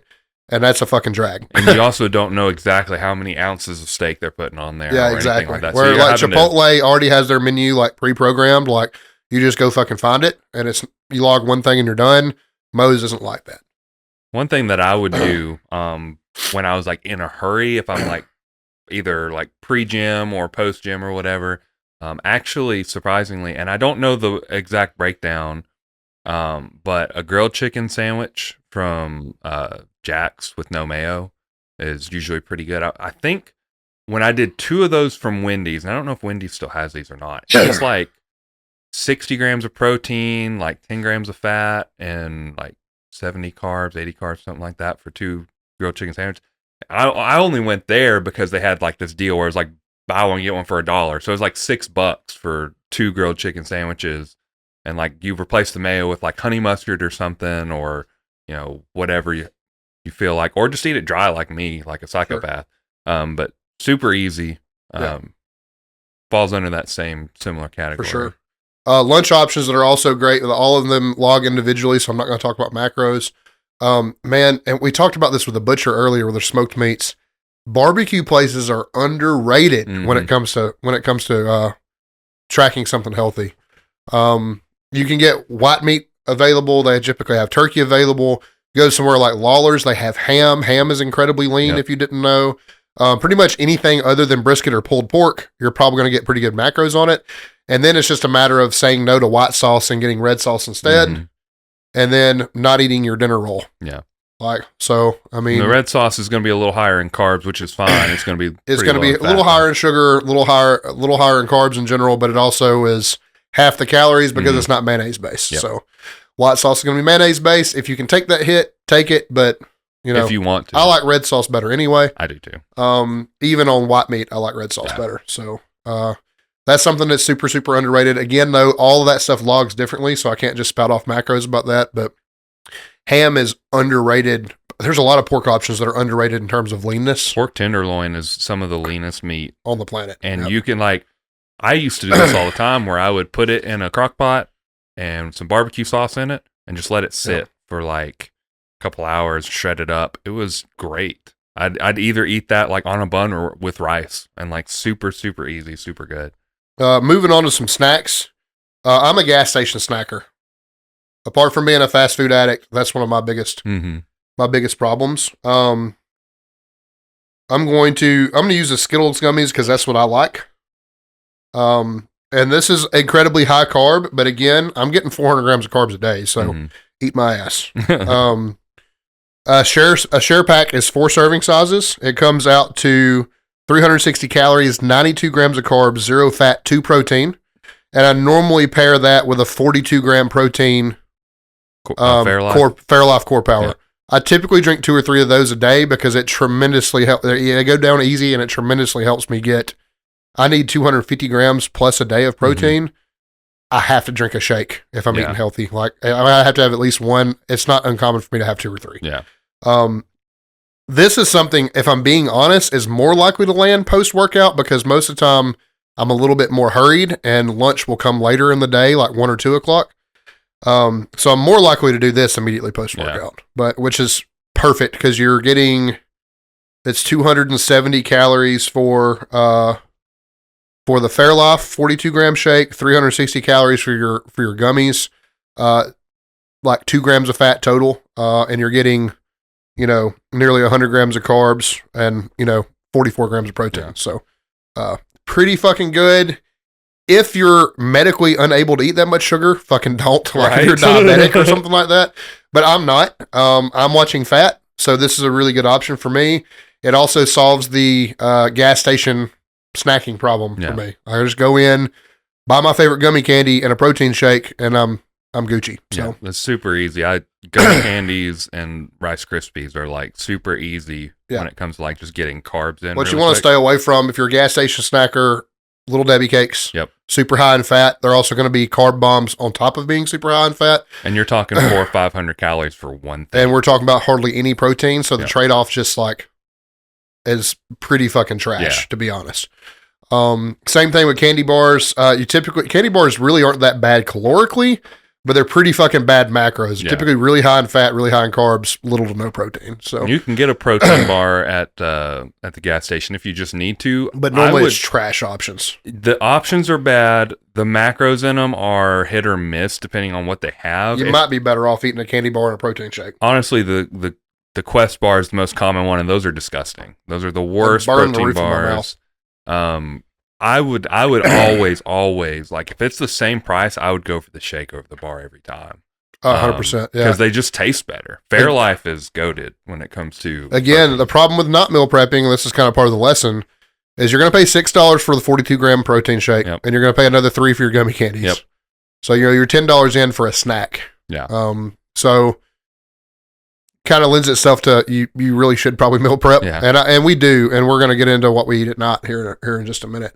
But I did kind of want to lean toward not meal prepping, easy stuff. Really easy. Beef jerky is a great gas station option. You do have to be careful about the flavors because some flavors are higher in fat than others, and some are a lot higher in sugar than others. If you're watching that kind of thing, but beef jerky's good option macro wise. It's bad on the wallet. Yeah. No, pretty common for a pack of beef jerky to be $10 or $15. If you're buying a big pack, easily $15. Yeah. If you're buying like the small packs, if you're at the gas station, probably 5 or 6. If you're at Walmart, like 4 or 5. So at least around here, groceries. Obviously, we're talking about locally. Yeah. Groceries are inflated depending on where you live. Yeah, so sure. Take all this with a grain of salt. If you're not a local listener. And you know what? If you're like, man, groceries are cheap, I'm just going to move to Alabama. Well, Come on down, I Join the guess. club. That's why we're here. Everybody keeps moving here. Please stop. But anyway, another fast option I forgot to mention is I do Publix, because they have pre-sorted shrimp and imitation crab that are both really low calorically. They're really low in fat. With the imitation crab, you are going to get some carbs because it does have some sugar in it, but super, super good. Like 30 grams of protein, either one of those. I have these little $5 like pre-sorted things. Like I said, like 30 grams of protein, like maybe 10 carbs, no fat. If you eat your cocktail sauce, maybe the carbs go up to 15 or 20, but that's a really, really good option too. And then you have a whole grocery store to pick out your carb. Yeah. So should be really easy. Yeah, it should be really easy. I tend to go down the cracker aisle because Publix has a really good selection of, I don't necessarily eat gluten-free, but I prefer it. They have a lot of like rice-based crackers that are almost pure carbs, no fat, stuff like that. Really big fan of that. I can't think of the fucking brand names of them, but they always have some type of alternative baked cracker or something like that. That's a really, really good option, snack-wise or meal-wise, really. And at $5 a pop for the shrimp, it's really cheaper than fast food. If you had to do 2 or 3 servings of that, it's still probably cheaper than sitting down somewhere. Yeah. So I will say this, you do have to be specific on your options, like your sides, but Cracker Barrel as a either a to-go or a sit-down, really cheap. It's cheaper than a lot of fast food. And you can get grilled chicken tenders, which the only thing they put on it is like Italian dressing, so it's not like there's a bunch of butter or anything on them as far as I'm aware. So do that and pair it with like their carrots and like their green beans, which are going to be a little bit fatty because they have bacon, and then like something, I don't know, trying to think of something like carb-ish. I think they have a sweet potato, they have a baked potato, they have mashed potatoes, iffy. I usually do hash brown casserole, but that's a little heavier. But it's not super, super fatty. There's like some cheese in it and probably a little bit of milk, but not like crazy amounts. I'll tell you another fast food hack that we don't get anymore because our KFC doesn't do it. That KFC grilled chicken and their mashed potatoes are made with water, so they are 0 fat. Yeah. And there's a little fat in the gravy, but it's like 5 or 10 grams. Right. Like if you're fortunate enough to live in an area that has the grilled option still on the KFC menu, actually pretty fucking elite option while we're talking about stuff like that. Anywhere you can get grilled chicken, you can probably make something work, honestly. Yeah, I mean, you could. Yeah, grilled chicken is the best fast food option you can get. And that's the reason why McDonald's, Burger King, places like that kind of suck right now because they don't really have that option. I don't think Arby's has it anymore either. I think they only have crazy crispy chicken. Like, they got rid of their best sandwich that was like almost diet friendly was their turkey BLT. Yeah. It was like turkey. I mean, obviously the bacon's a little fatty, but like you could make some substitutions and probably get there really quick. You could go no sauce, Arby's sauce instead, something like that. Like it's surprising to me more and more people are, I mean, I guess it's just an admittance that fast food is not healthy. Yeah, it's not healthy, and that is what it is. But I mean, if you're out and about, these things help though. So, supper, I don't eat out a lot at supper. If I do, it's the Chipotle order. I've ate that twice in a day on this diet. Again, I normally roll into supper with about 1,000 calories left, so it's typically enough for me to eat one of those Chipotle bowls and a couple of glasses of fat-free milk. So that is an option again, but we lean on 2 brands from the grocery store. Just Bare Chicken. It is breaded chicken, but it's just like a spicy filet from Chick-fil-A. Right. It can go in the air fryer. Let me look at the macros on that. This is something I do pretty often. While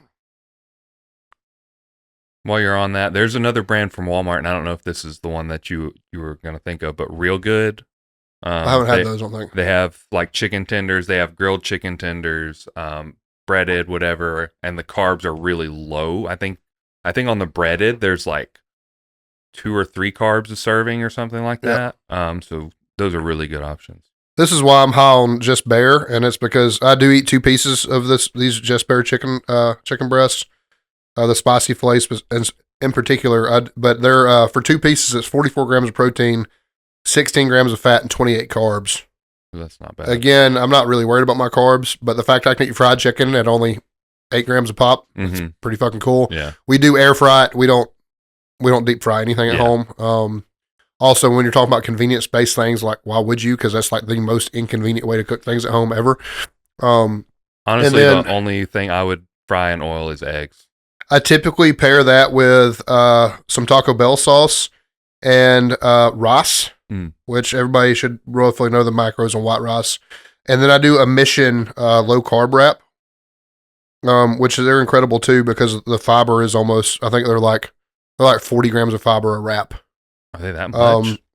Yeah, and they're 10 grams of protein, 6 fat, 32 carbs for 110 calories. Yeah. So they're really fucking good. Yeah. Really good option. If I have the fat, I will add shredded cheese or American cheese to that. Mhm. And then, like I said, Taco Bell sauce is almost got a little sugar in it, but for the most part, calorie free. Yeah. So it's like 5 or 10 calories a serving. So Yeah. that's something I do a whole lot. And then Kevin's meals, they're pre-made. You can buy them in like the deli meat section. You do have to heat them up in the skillet, but this is something I do pretty often. This is for 7.5 ounces of the chicken. It's 30 grams of protein, 12 fat, 9 carbs. And that's for the Thai coconut. That's the one I eat the most. And I typically pair that with a vegetable and white rice. But those are really, really good options. And then to annoy the hell out of Nathan, because he knows how much I talk about this, I'm doing, for a snack, if I have calories, I do fat-free cottage cheese, which is, looking at right now, 13 grams of protein per serving, 5 carbs. I do 2 servings of that, so that puts it at 26 and 10. At 80 grams a serving, so it's about 160 calories. And then I will do Publix Greenwise granola, which 1 cup is a serving size. This is pretty calorically demanding, but it's 9 grams of protein, 18 fat, 60 carbs. But the good thing about that is you're getting a huge chunk of your daily fiber from that too. So those are things that I do at dinner. So what does your dinner look like? Typically, I do the chicken Alfredo that I've talked about before. And I can run over that real quick because I have it all listed here, but it's basically just like Fairlife milk. Like, so for the Alfredo sauce that I do, Fairlife milk, fat-free cottage cheese, Yep. and light cream cheese, Philadelphia, so it's like third, and then Parmesan cheese, and that all gets blended together to make it creamy, like an actual sauce, as opposed to like having the curds, like, so mix that all together with some Italian seasoning. I throw this is like, I'm going out of order, but chicken in the crock pot, like dice it up however thick or thin you want it, or you can get it shredded, like whatever you want to do as far as that. But some chicken broth in there, a little bit of Parmesan cheese, and then the Italian seasoning and some lemon juice. Just cook that for an hour or two on high, 2 to 3 hours on low. And then you'll throw the sauce in there, and I do the protein pin pasta from Barilla. Boil that halfway, throw it in the crock pot, let it cook for mix it all together, let it cook for another 20 minutes or so, and then it's ready to go. For one meal for me, it's 75 protein, 15 fat, and 40 carbs. It's great. Pair that with broccoli usually, so it adds a couple of carbs, not a ton, but for food volume purposes, pairing that with broccoli is great. That's pretty much my meal, like for dieting and for bulking. The only difference in the bulking is that I replaced the protein pin with regular pin pasta because you just need more carbs. So, Sure. Or I do 50-50 because interesting thing about the Barilla protein pin is that you really can't tell a difference in it. Most of these like plant-based pastas, you can tell a huge difference in the texture and the taste, but these taste just like regular pin pasta. Fair enough. I've lived off of this pasta. We use rice-based pasta, Yeah. which texture can suck Yeah. if it's left over, but for the most part, it's about the same taste-wise and everything. Too, This tastes fine left over, especially like in this mixture. I don't know. It gets rice-based pasta gets milly if you. No, I know what you mean because late. that happened with the last protein pasta that I had, which was a different brand. I can't remember the brand, but it was like the spiral pasta. Yeah. And I was like, nah, this is kind of like gritty and kind of like does not taste like pasta anymore. So that, and then just grilled chicken with some seasonings and potatoes and green beans. Like that's been oven baked potatoes. Chop them up, throw a little bit of olive oil, and then like garlic salt and Italian seasoning. Same thing with the green beans. Throw it in the oven. Grilled chicken's very simple. That's pretty much all I eat. Vegetable wise, I lean on snow peas because I like them, the little Yeah. thin sons of bitches you get in Asian food. Mm-hmm. I do broccolini instead of broccoli because I like the texture better, but I didn't know it was a hybrid thing, but it's a hybrid between kale and broccoli, and it's so like you can eat the leafy part and everything too. It's fucking really good. I cook it to death. I like crunchy broccoli, broccolini. I don't know why, but I like it scorched. Oh yeah. I same thing with the snow peas. Yeah, I do too. Yeah, that's my preference on both those things. You really have to really eat the fuck out of some vegetables to count toward carbs a whole lot. But I mean, you are getting a lot of fiber and very little carb. You can eat 2 or 3 cups for less than 100 calories. Yeah. On most of the stuff, you do have to log your vegetable oil if you cook it. Like we normally use a little bit of. There are 0-calorie cooking sprays now, but if we don't have those, we do use a little bit of olive oil to cook them. I get between 85 and 100 grams of fat when I'm cutting. So like, I really try to keep it less than 100, but fat is pretty movable. Yeah, I would say it's not super strict. So you can afford things like that. You just need to keep up with. You don't need to be like free pouring your olive oil. Right. It needs to be measured and stuff like that. But you end up being like a quarter tablespoon a serving. Yeah, something like it's that. Typically something really there. really low, which is probably 3 or 4 grams of fat depending on the brand you use. But it's typically not too bad. And then everything else is just very convenience based and like very simply, like if I'm put in a position where I'm going to have to eat somewhere I don't want to eat, the best advice I can tell you is to order the obviously healthier thing. Yeah. If there's a grilled chicken option, great. If there's not, get a steak. You can get sirloin, that'd be preferable. Strip would be my next go-to. If you can get something that's high vegetable content, like the Chinese food I mentioned earlier, like, you're getting X amount of protein, but you're hitting your fiber, you're also getting a meal that is probably pretty low calorically, but very filling. Yep. Like stuff like that are obvious choices. Overrated for what we're talking about. Sushi, fat bombs because of salmon, avocado, stuff like that. Right. Protein tends to be a lot less than you would accept. Really would expect it to be. Yeah. Things like acai bowls. Yeah. Their build is super healthy because they are really fibrous. Typically got a lot of sugar, a lot of fat associated with them, stuff like that. Anytime you cover something in Nutella and peanut butter, it's probably. I mean, if it makes you feel better because you're eating fruit, that's great, but super fucking overrated. Smoothies out. That's one thing I do lean on tropical smoothie because you can get all of their stuff sugar free. But if you just went in there blind and ordered like my drink without ordering it the way I do, if you got a Bahama Mama from there and got the scoop of protein, you get 30 grams of protein, but you also get like 100 carbs and like 30 fat. Yeah. Like you have to go in and order the protein. You got to order it sugar free. You got to get the fatty stuff out, and it ends up being like 300 calories. But that's like a 700 calorie shake if you just order it all willy nilly. Right. So like smoothies out typically are a little bit fucking overrated. Yeah. Beef out is almost always overrated. Like you're always at a fast food restaurant, you're always going to get a fatty cut of beef. It's always going to be something like high fat content. You are literally better ordering fried chicken than you are a cheeseburger most of the time. So if you're just in a pickle where you're going to have to go eat at McDonald's and you're going to have something like this, just order the chicken sandwich. Yeah. Like you're still going to hit about 20 grams of carbs. 20 grams of fat despite not ordering fries and stuff like that. But it's much better than the 40 grams of fat than you would have hit if you would have ordered a burger. Stuff like that seems kind of obvious. Buffalo Wild Wings is really, really easy because they have a grilled tender option, and their order of fries is only 10 grams of fat. Yeah. So depending on what sauce you order, it's pretty easy to get 40 or 50 grams of protein, 40 or 50 carbs, and sub 20 fat. Yeah. But for the most part, like it just takes being aware that you're at an unhealthy place and ordering the obviously healthier thing. Right. Yeah.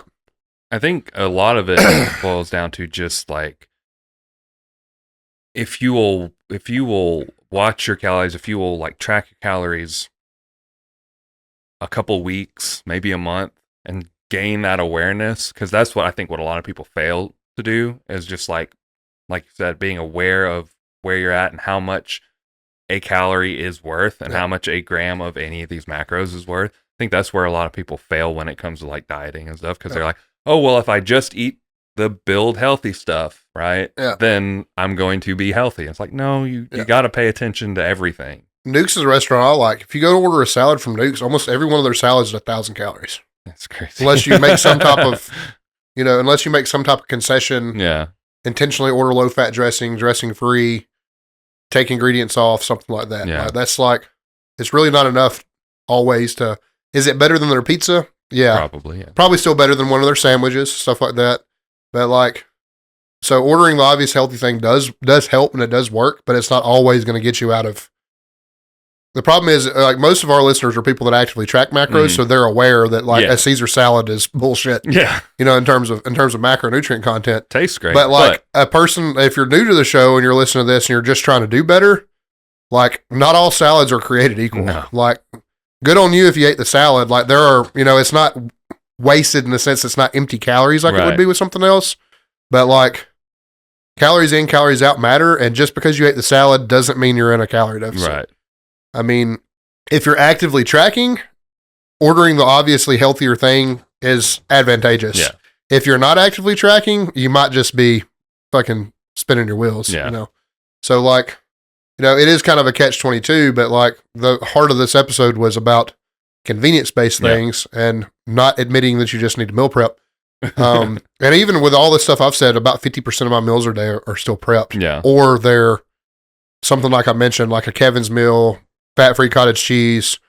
On my days I don't work out, I just do protein coffee. So I basically just slam a couple of cups of fat-free milk and my remaining cup goes in my coffee. And, I get 40 grams of protein and nothing else, just from coffee. So, I mean, there's things like that you can do, but like you need to actively track and log. And then I think it would probably be surprising. Like if I'm eating at maintenance, it's close to 4,000 calories a day. I almost have to eat one meal a little trashy to hit my calories. Yeah. Like if you would build this awareness and work toward tracking and logging, even if it's convenient-based meals like this, you might be surprised what kind of food you earn back. Right. If that makes sense. Yeah. Like you had this conversation. I know Stack's come from a really good place. He's extremely disciplined with his diet, but like extremely disciplined. But like if you're not somebody that can be like him and just be a robot about what you eat all the time, you would be surprised what tracking and logging like opens you up to. Right. Like it doesn't have to be miserable all the fucking time. You're probably going to make a little bit of a concession all the time, but it's not like you're going to go the rest of your life without eating a cheeseburger. Right. You know what I mean? Like, and that's the thing about tracking and logging. You can just make it fit. Yeah, absolutely. And I don't, as a personal trainer, I don't necessarily agree with make it fit your macros all the time. Right. Because you could be within your macros, hit your macros in your calories, and undereat something like fiber. Right. Or, you could be missing a micronutrient, I guess, you know what I mean? Or something like that. But, but tracking and logging itself builds the awareness you need to have a slice of birthday cake at your kid's birthday and know that you got to have fucking grilled chicken for supper. Yeah. You know what I mean? Like, it allows you some freedom. Yeah. Like you get these, and when I was saying like, make it fit, well, I don't necessarily mean, make 3 cheeseburgers fit every single day. I just mean, like you said, like, if you have the birthday cake or the cheeseburger or whatever, it's fine because you can just make it fit by pulling calories. I know I had to have a low-fat breakfast. I know I had to have a low-fat dinner. I know that at dinner I'm probably not going to get carbs because I had 500 calories worth of cake. You know what I mean? Whatever it may be. But like, I'm going to be eating chicken and veggies. You know what I mean? Like, it's. I mean, I think that's incredibly powerful. I think that tracking is something that stresses me out, but the longer you do it, the less stressful it becomes because things become, you get to where you can look at something and be like, I fucked up really bad for breakfast. Now we have to go, be good the rest of the day. Right. You know what I mean? And we can still come in, correct macros, correct fiber, everything we need to be without too much, too much thought about it. Another good hack right off the top of my head. I've been doing it. Fucking a dry waffle from Waffle House, no butter. even if you get a flavored one. Probably want to stay out of pecan waffles because pecans are super fatty. Yeah. They're not unhealthy. They have a lot of fiber in them. So if you have the fat for it, by all means do it.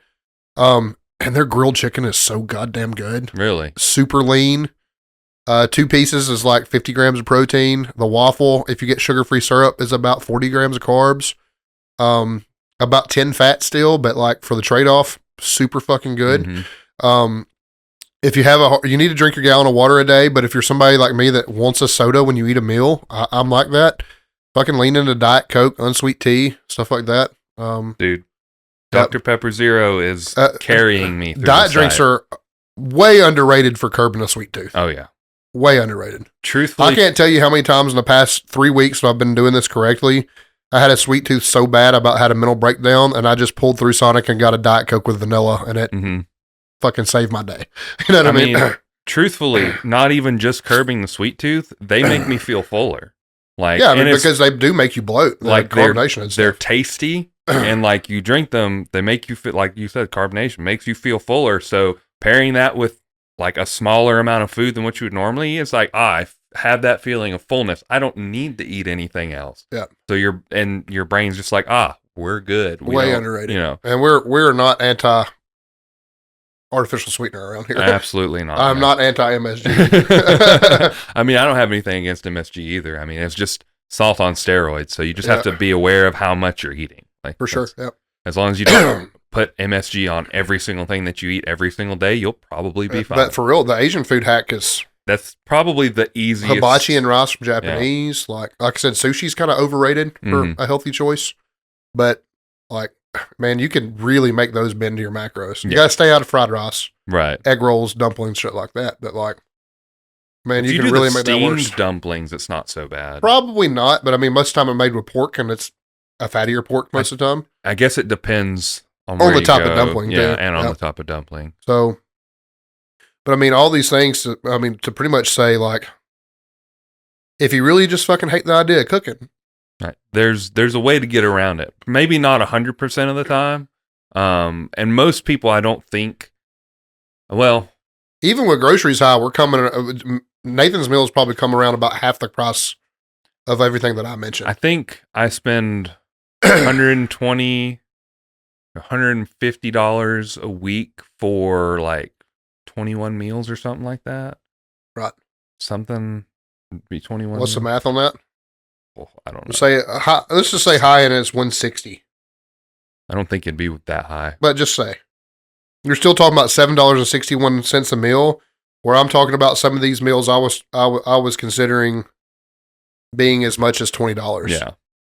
And some closer to like 12 to 15, but we also broke down like with the breakfast being like $12, $13 compared to like $6 or something like that. So, you know, at the end of the day, meal prep is, in my opinion, meal prep is king. Not only do you save on money, you have to spend a little bit of time. Yeah, that's a concession you have to make. But you know what's in your food, and you can track it very easily because you know everything that's going into it. Absolutely. But not everybody has the luxury of meal prepping. Some people hate the idea of meal prepping. So these like hacks that you can go like to fit your macros and still diet, like blanking on her name, but your client that's always very, very busy. She's always on the go. She's always traveling. Shit, which one? Nikki. Nikki. Yeah, it was Nikki. Sorry, Nikki, if you're listening. I blanked on your name. But like for her, like she still tries to meal prep, but sometimes she just can't. Yeah. Like, and Albert, one of my best friends, he's been working out of Tennessee for like months. Yeah. And he comes back on the weekends. He can't meal prep because he can't take this food like and have it sit there. He doesn't have enough space in his little area that he's living. I think he's living in a hotel when he's up there. He doesn't have the space to put meal prep. So what does he do? Like he has to make it work. He's been sending me stuff that he's been doing, and stuff he's been eating at home has been like in the keto realm because he likes to do the keto diet. But like he's making things fit his macros like with what he has available to him, which is mostly going out and getting stuff or ordering stuff, and you know, so like I mean it's incredibly powerful to be aware. The awareness, like I said, the tracking and logging makes you aware. That helps out a lot. But like Nikki's very good and very disciplined about being the top person to order the obviously healthier thing. That helps out a lot. I mean, even if you don't want a meal prep service, as expensive as it can be, it still comes in at about 3/4 of the cost of going fast out. food. Yeah. So probably not sit down restaurant, but a fast food, you know. So I mean, you're still getting meal prep meals for anywhere between $8 and $12 a piece, depending on what you order.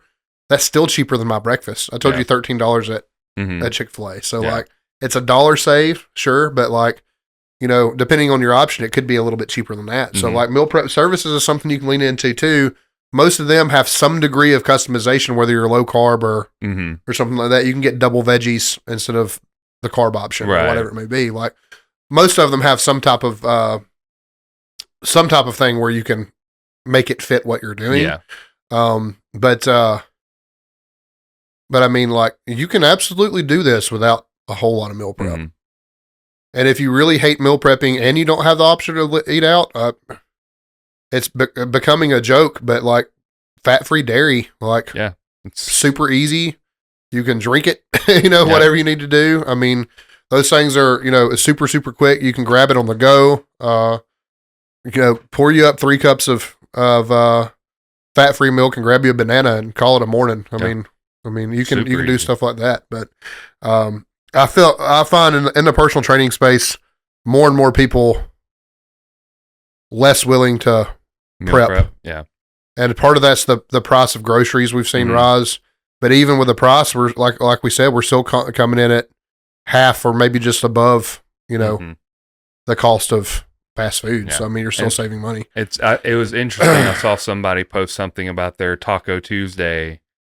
Somewhere they went ended up being like $40 or something. They're like, this was way cheaper than eating out or cooking tacos at home because I have 6 kids or whatever. And I was like, how many tacos did you get? What kind of beef did you get? Like you know what I mean? Like, is it really cheaper, or is it just the thought of I went out, I didn't have to cook, and it was, you know, because like people don't eat leftovers either, and the problem is if they go buy a bag of lettuce for their tacos, they're going to use it one time for the tacos that night, and then it's going to fucking rot in the bottom drawer. So that's what makes food at home expensive when you're not actually fucking eating it. I mean, I can break this down very easily because like if you want to, let's say $2 for lettuce. You want to calculate this real quick? Because I'm very curious. Let's go all out too. I'm talking full taco. $2 for lettuce. $2 for lettuce. Probably $2.50 for sour cream. Okay. You know, roughly. It's going to be about $1.50 for a tomato, and then tortillas. Let's say if you need 12 would be like $3. Probably somewhere around there. We'll call it 4 just for the sake of argument. And then we'll just go with the big 4.5 pound of beef. Let's say we need as much beef as we possibly can. One of those is typically like even on the I think 80-20, maybe 73 would be somewhere around $20.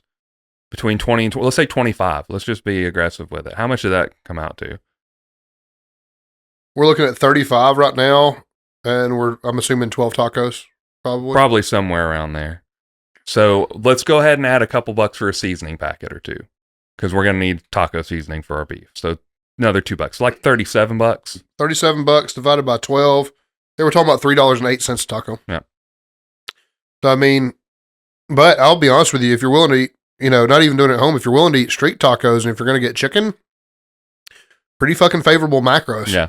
And the chicken, that was just kind of like in the basis of the grocery. Chicken would be even cheaper. Yeah, absolutely. Like, and then you have the option, if you like carnitas, you could do a pork tenderloin carnita, and that's that much cheaper most of the time. If you were willing to do chicken, I forgot to add cheese. There was going to be cheese for sure. So that's another $2. $4 a taco. Yeah.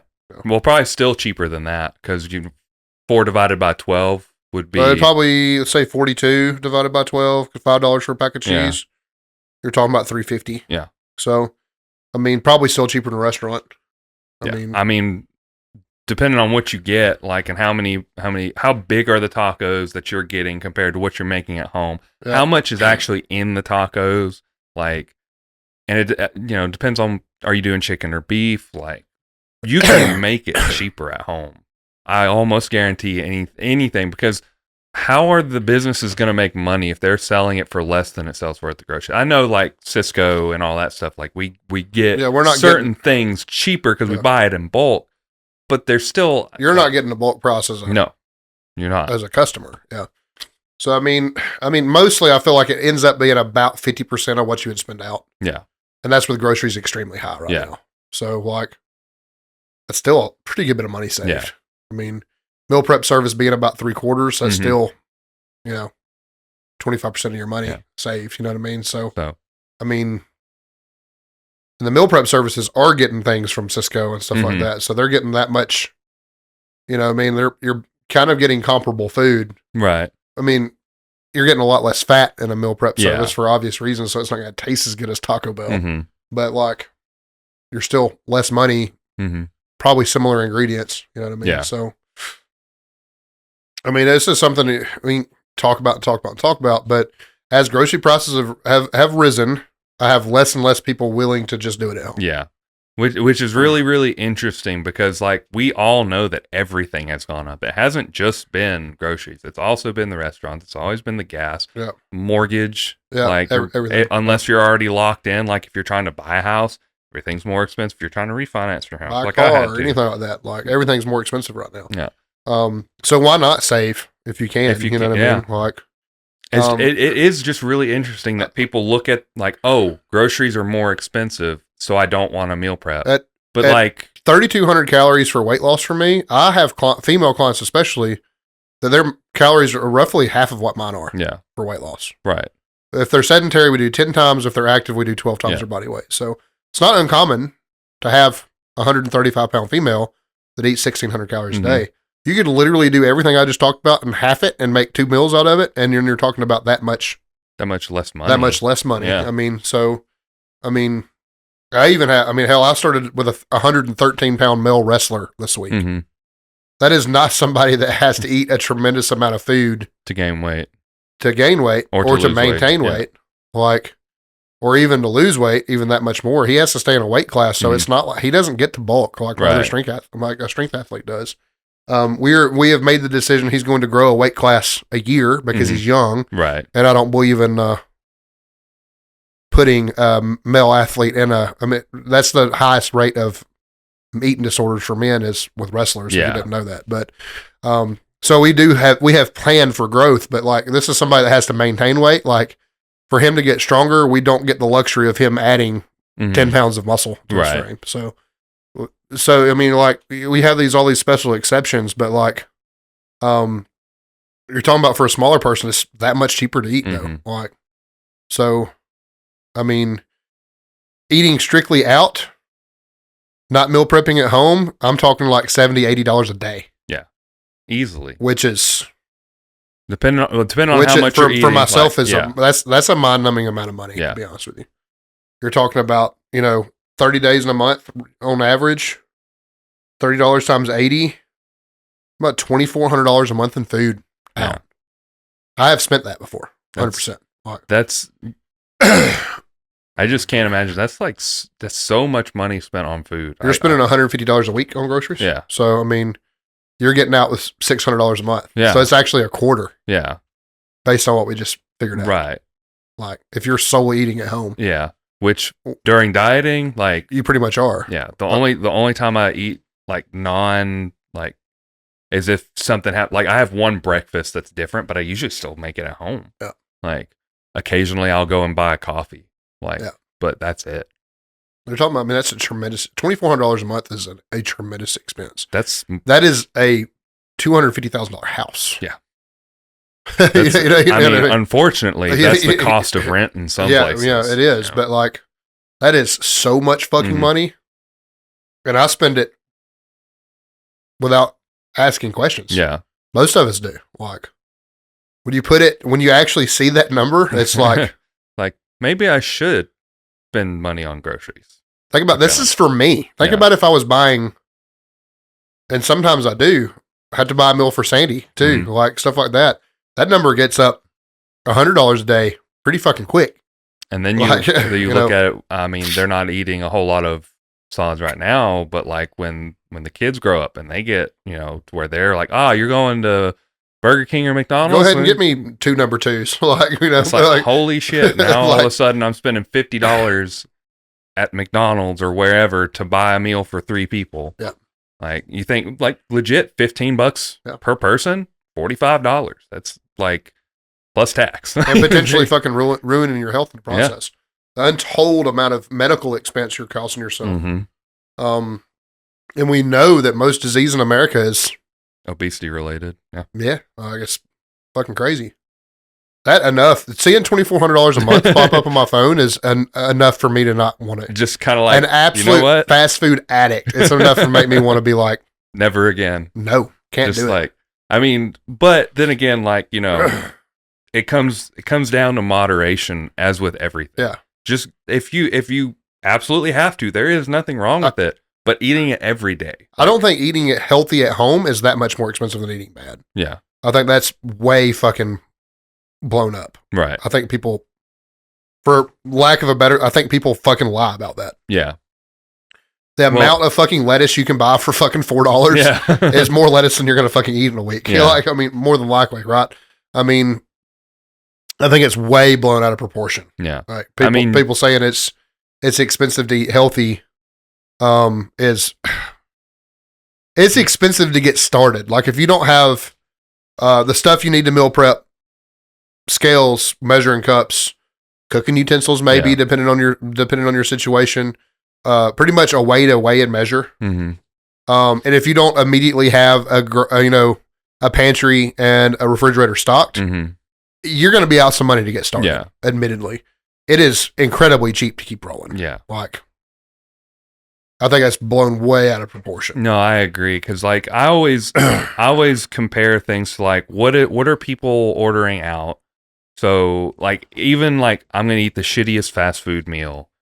You're going to spend, you're not going to get a $5 meal least, anymore. Yeah. At least, where my meals anywhere between $6 and $7 a meal. Yeah. I'm still saving money and eating healthy. Yeah. Like you just can't tell me that you're coming out ahead no matter what. Like you can buy like 10 boxes of Twinkies for like probably like $30. There is data that says nicotine and obesity, nicotine addiction and food addiction is tied to poor socioeconomic status. Yeah. And you're going to tell me that it's cheaper, but it's not. They absolutely believe that it's more expensive to eat healthy.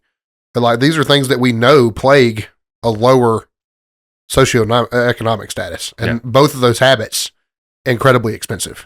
A pack of cigarettes is $7+ that now. Much now. Yeah, exactly. Damn. So like, but they are things that plague. Like you absolutely spend way more money eating bad, and you cannot tell me otherwise. Right. Unless you're strictly fucking eating ramen all day, every day, you are not fucking spending less money. Yeah. Ramen and Little Debbie's and like fucking... The convenience of it makes you think that you're spending less time. And I'm telling you right now, every meal that I mentioned, even the ones cooked at home, are less time spent than waiting in McDonald's line. 100%. Yours probably not, to be fair.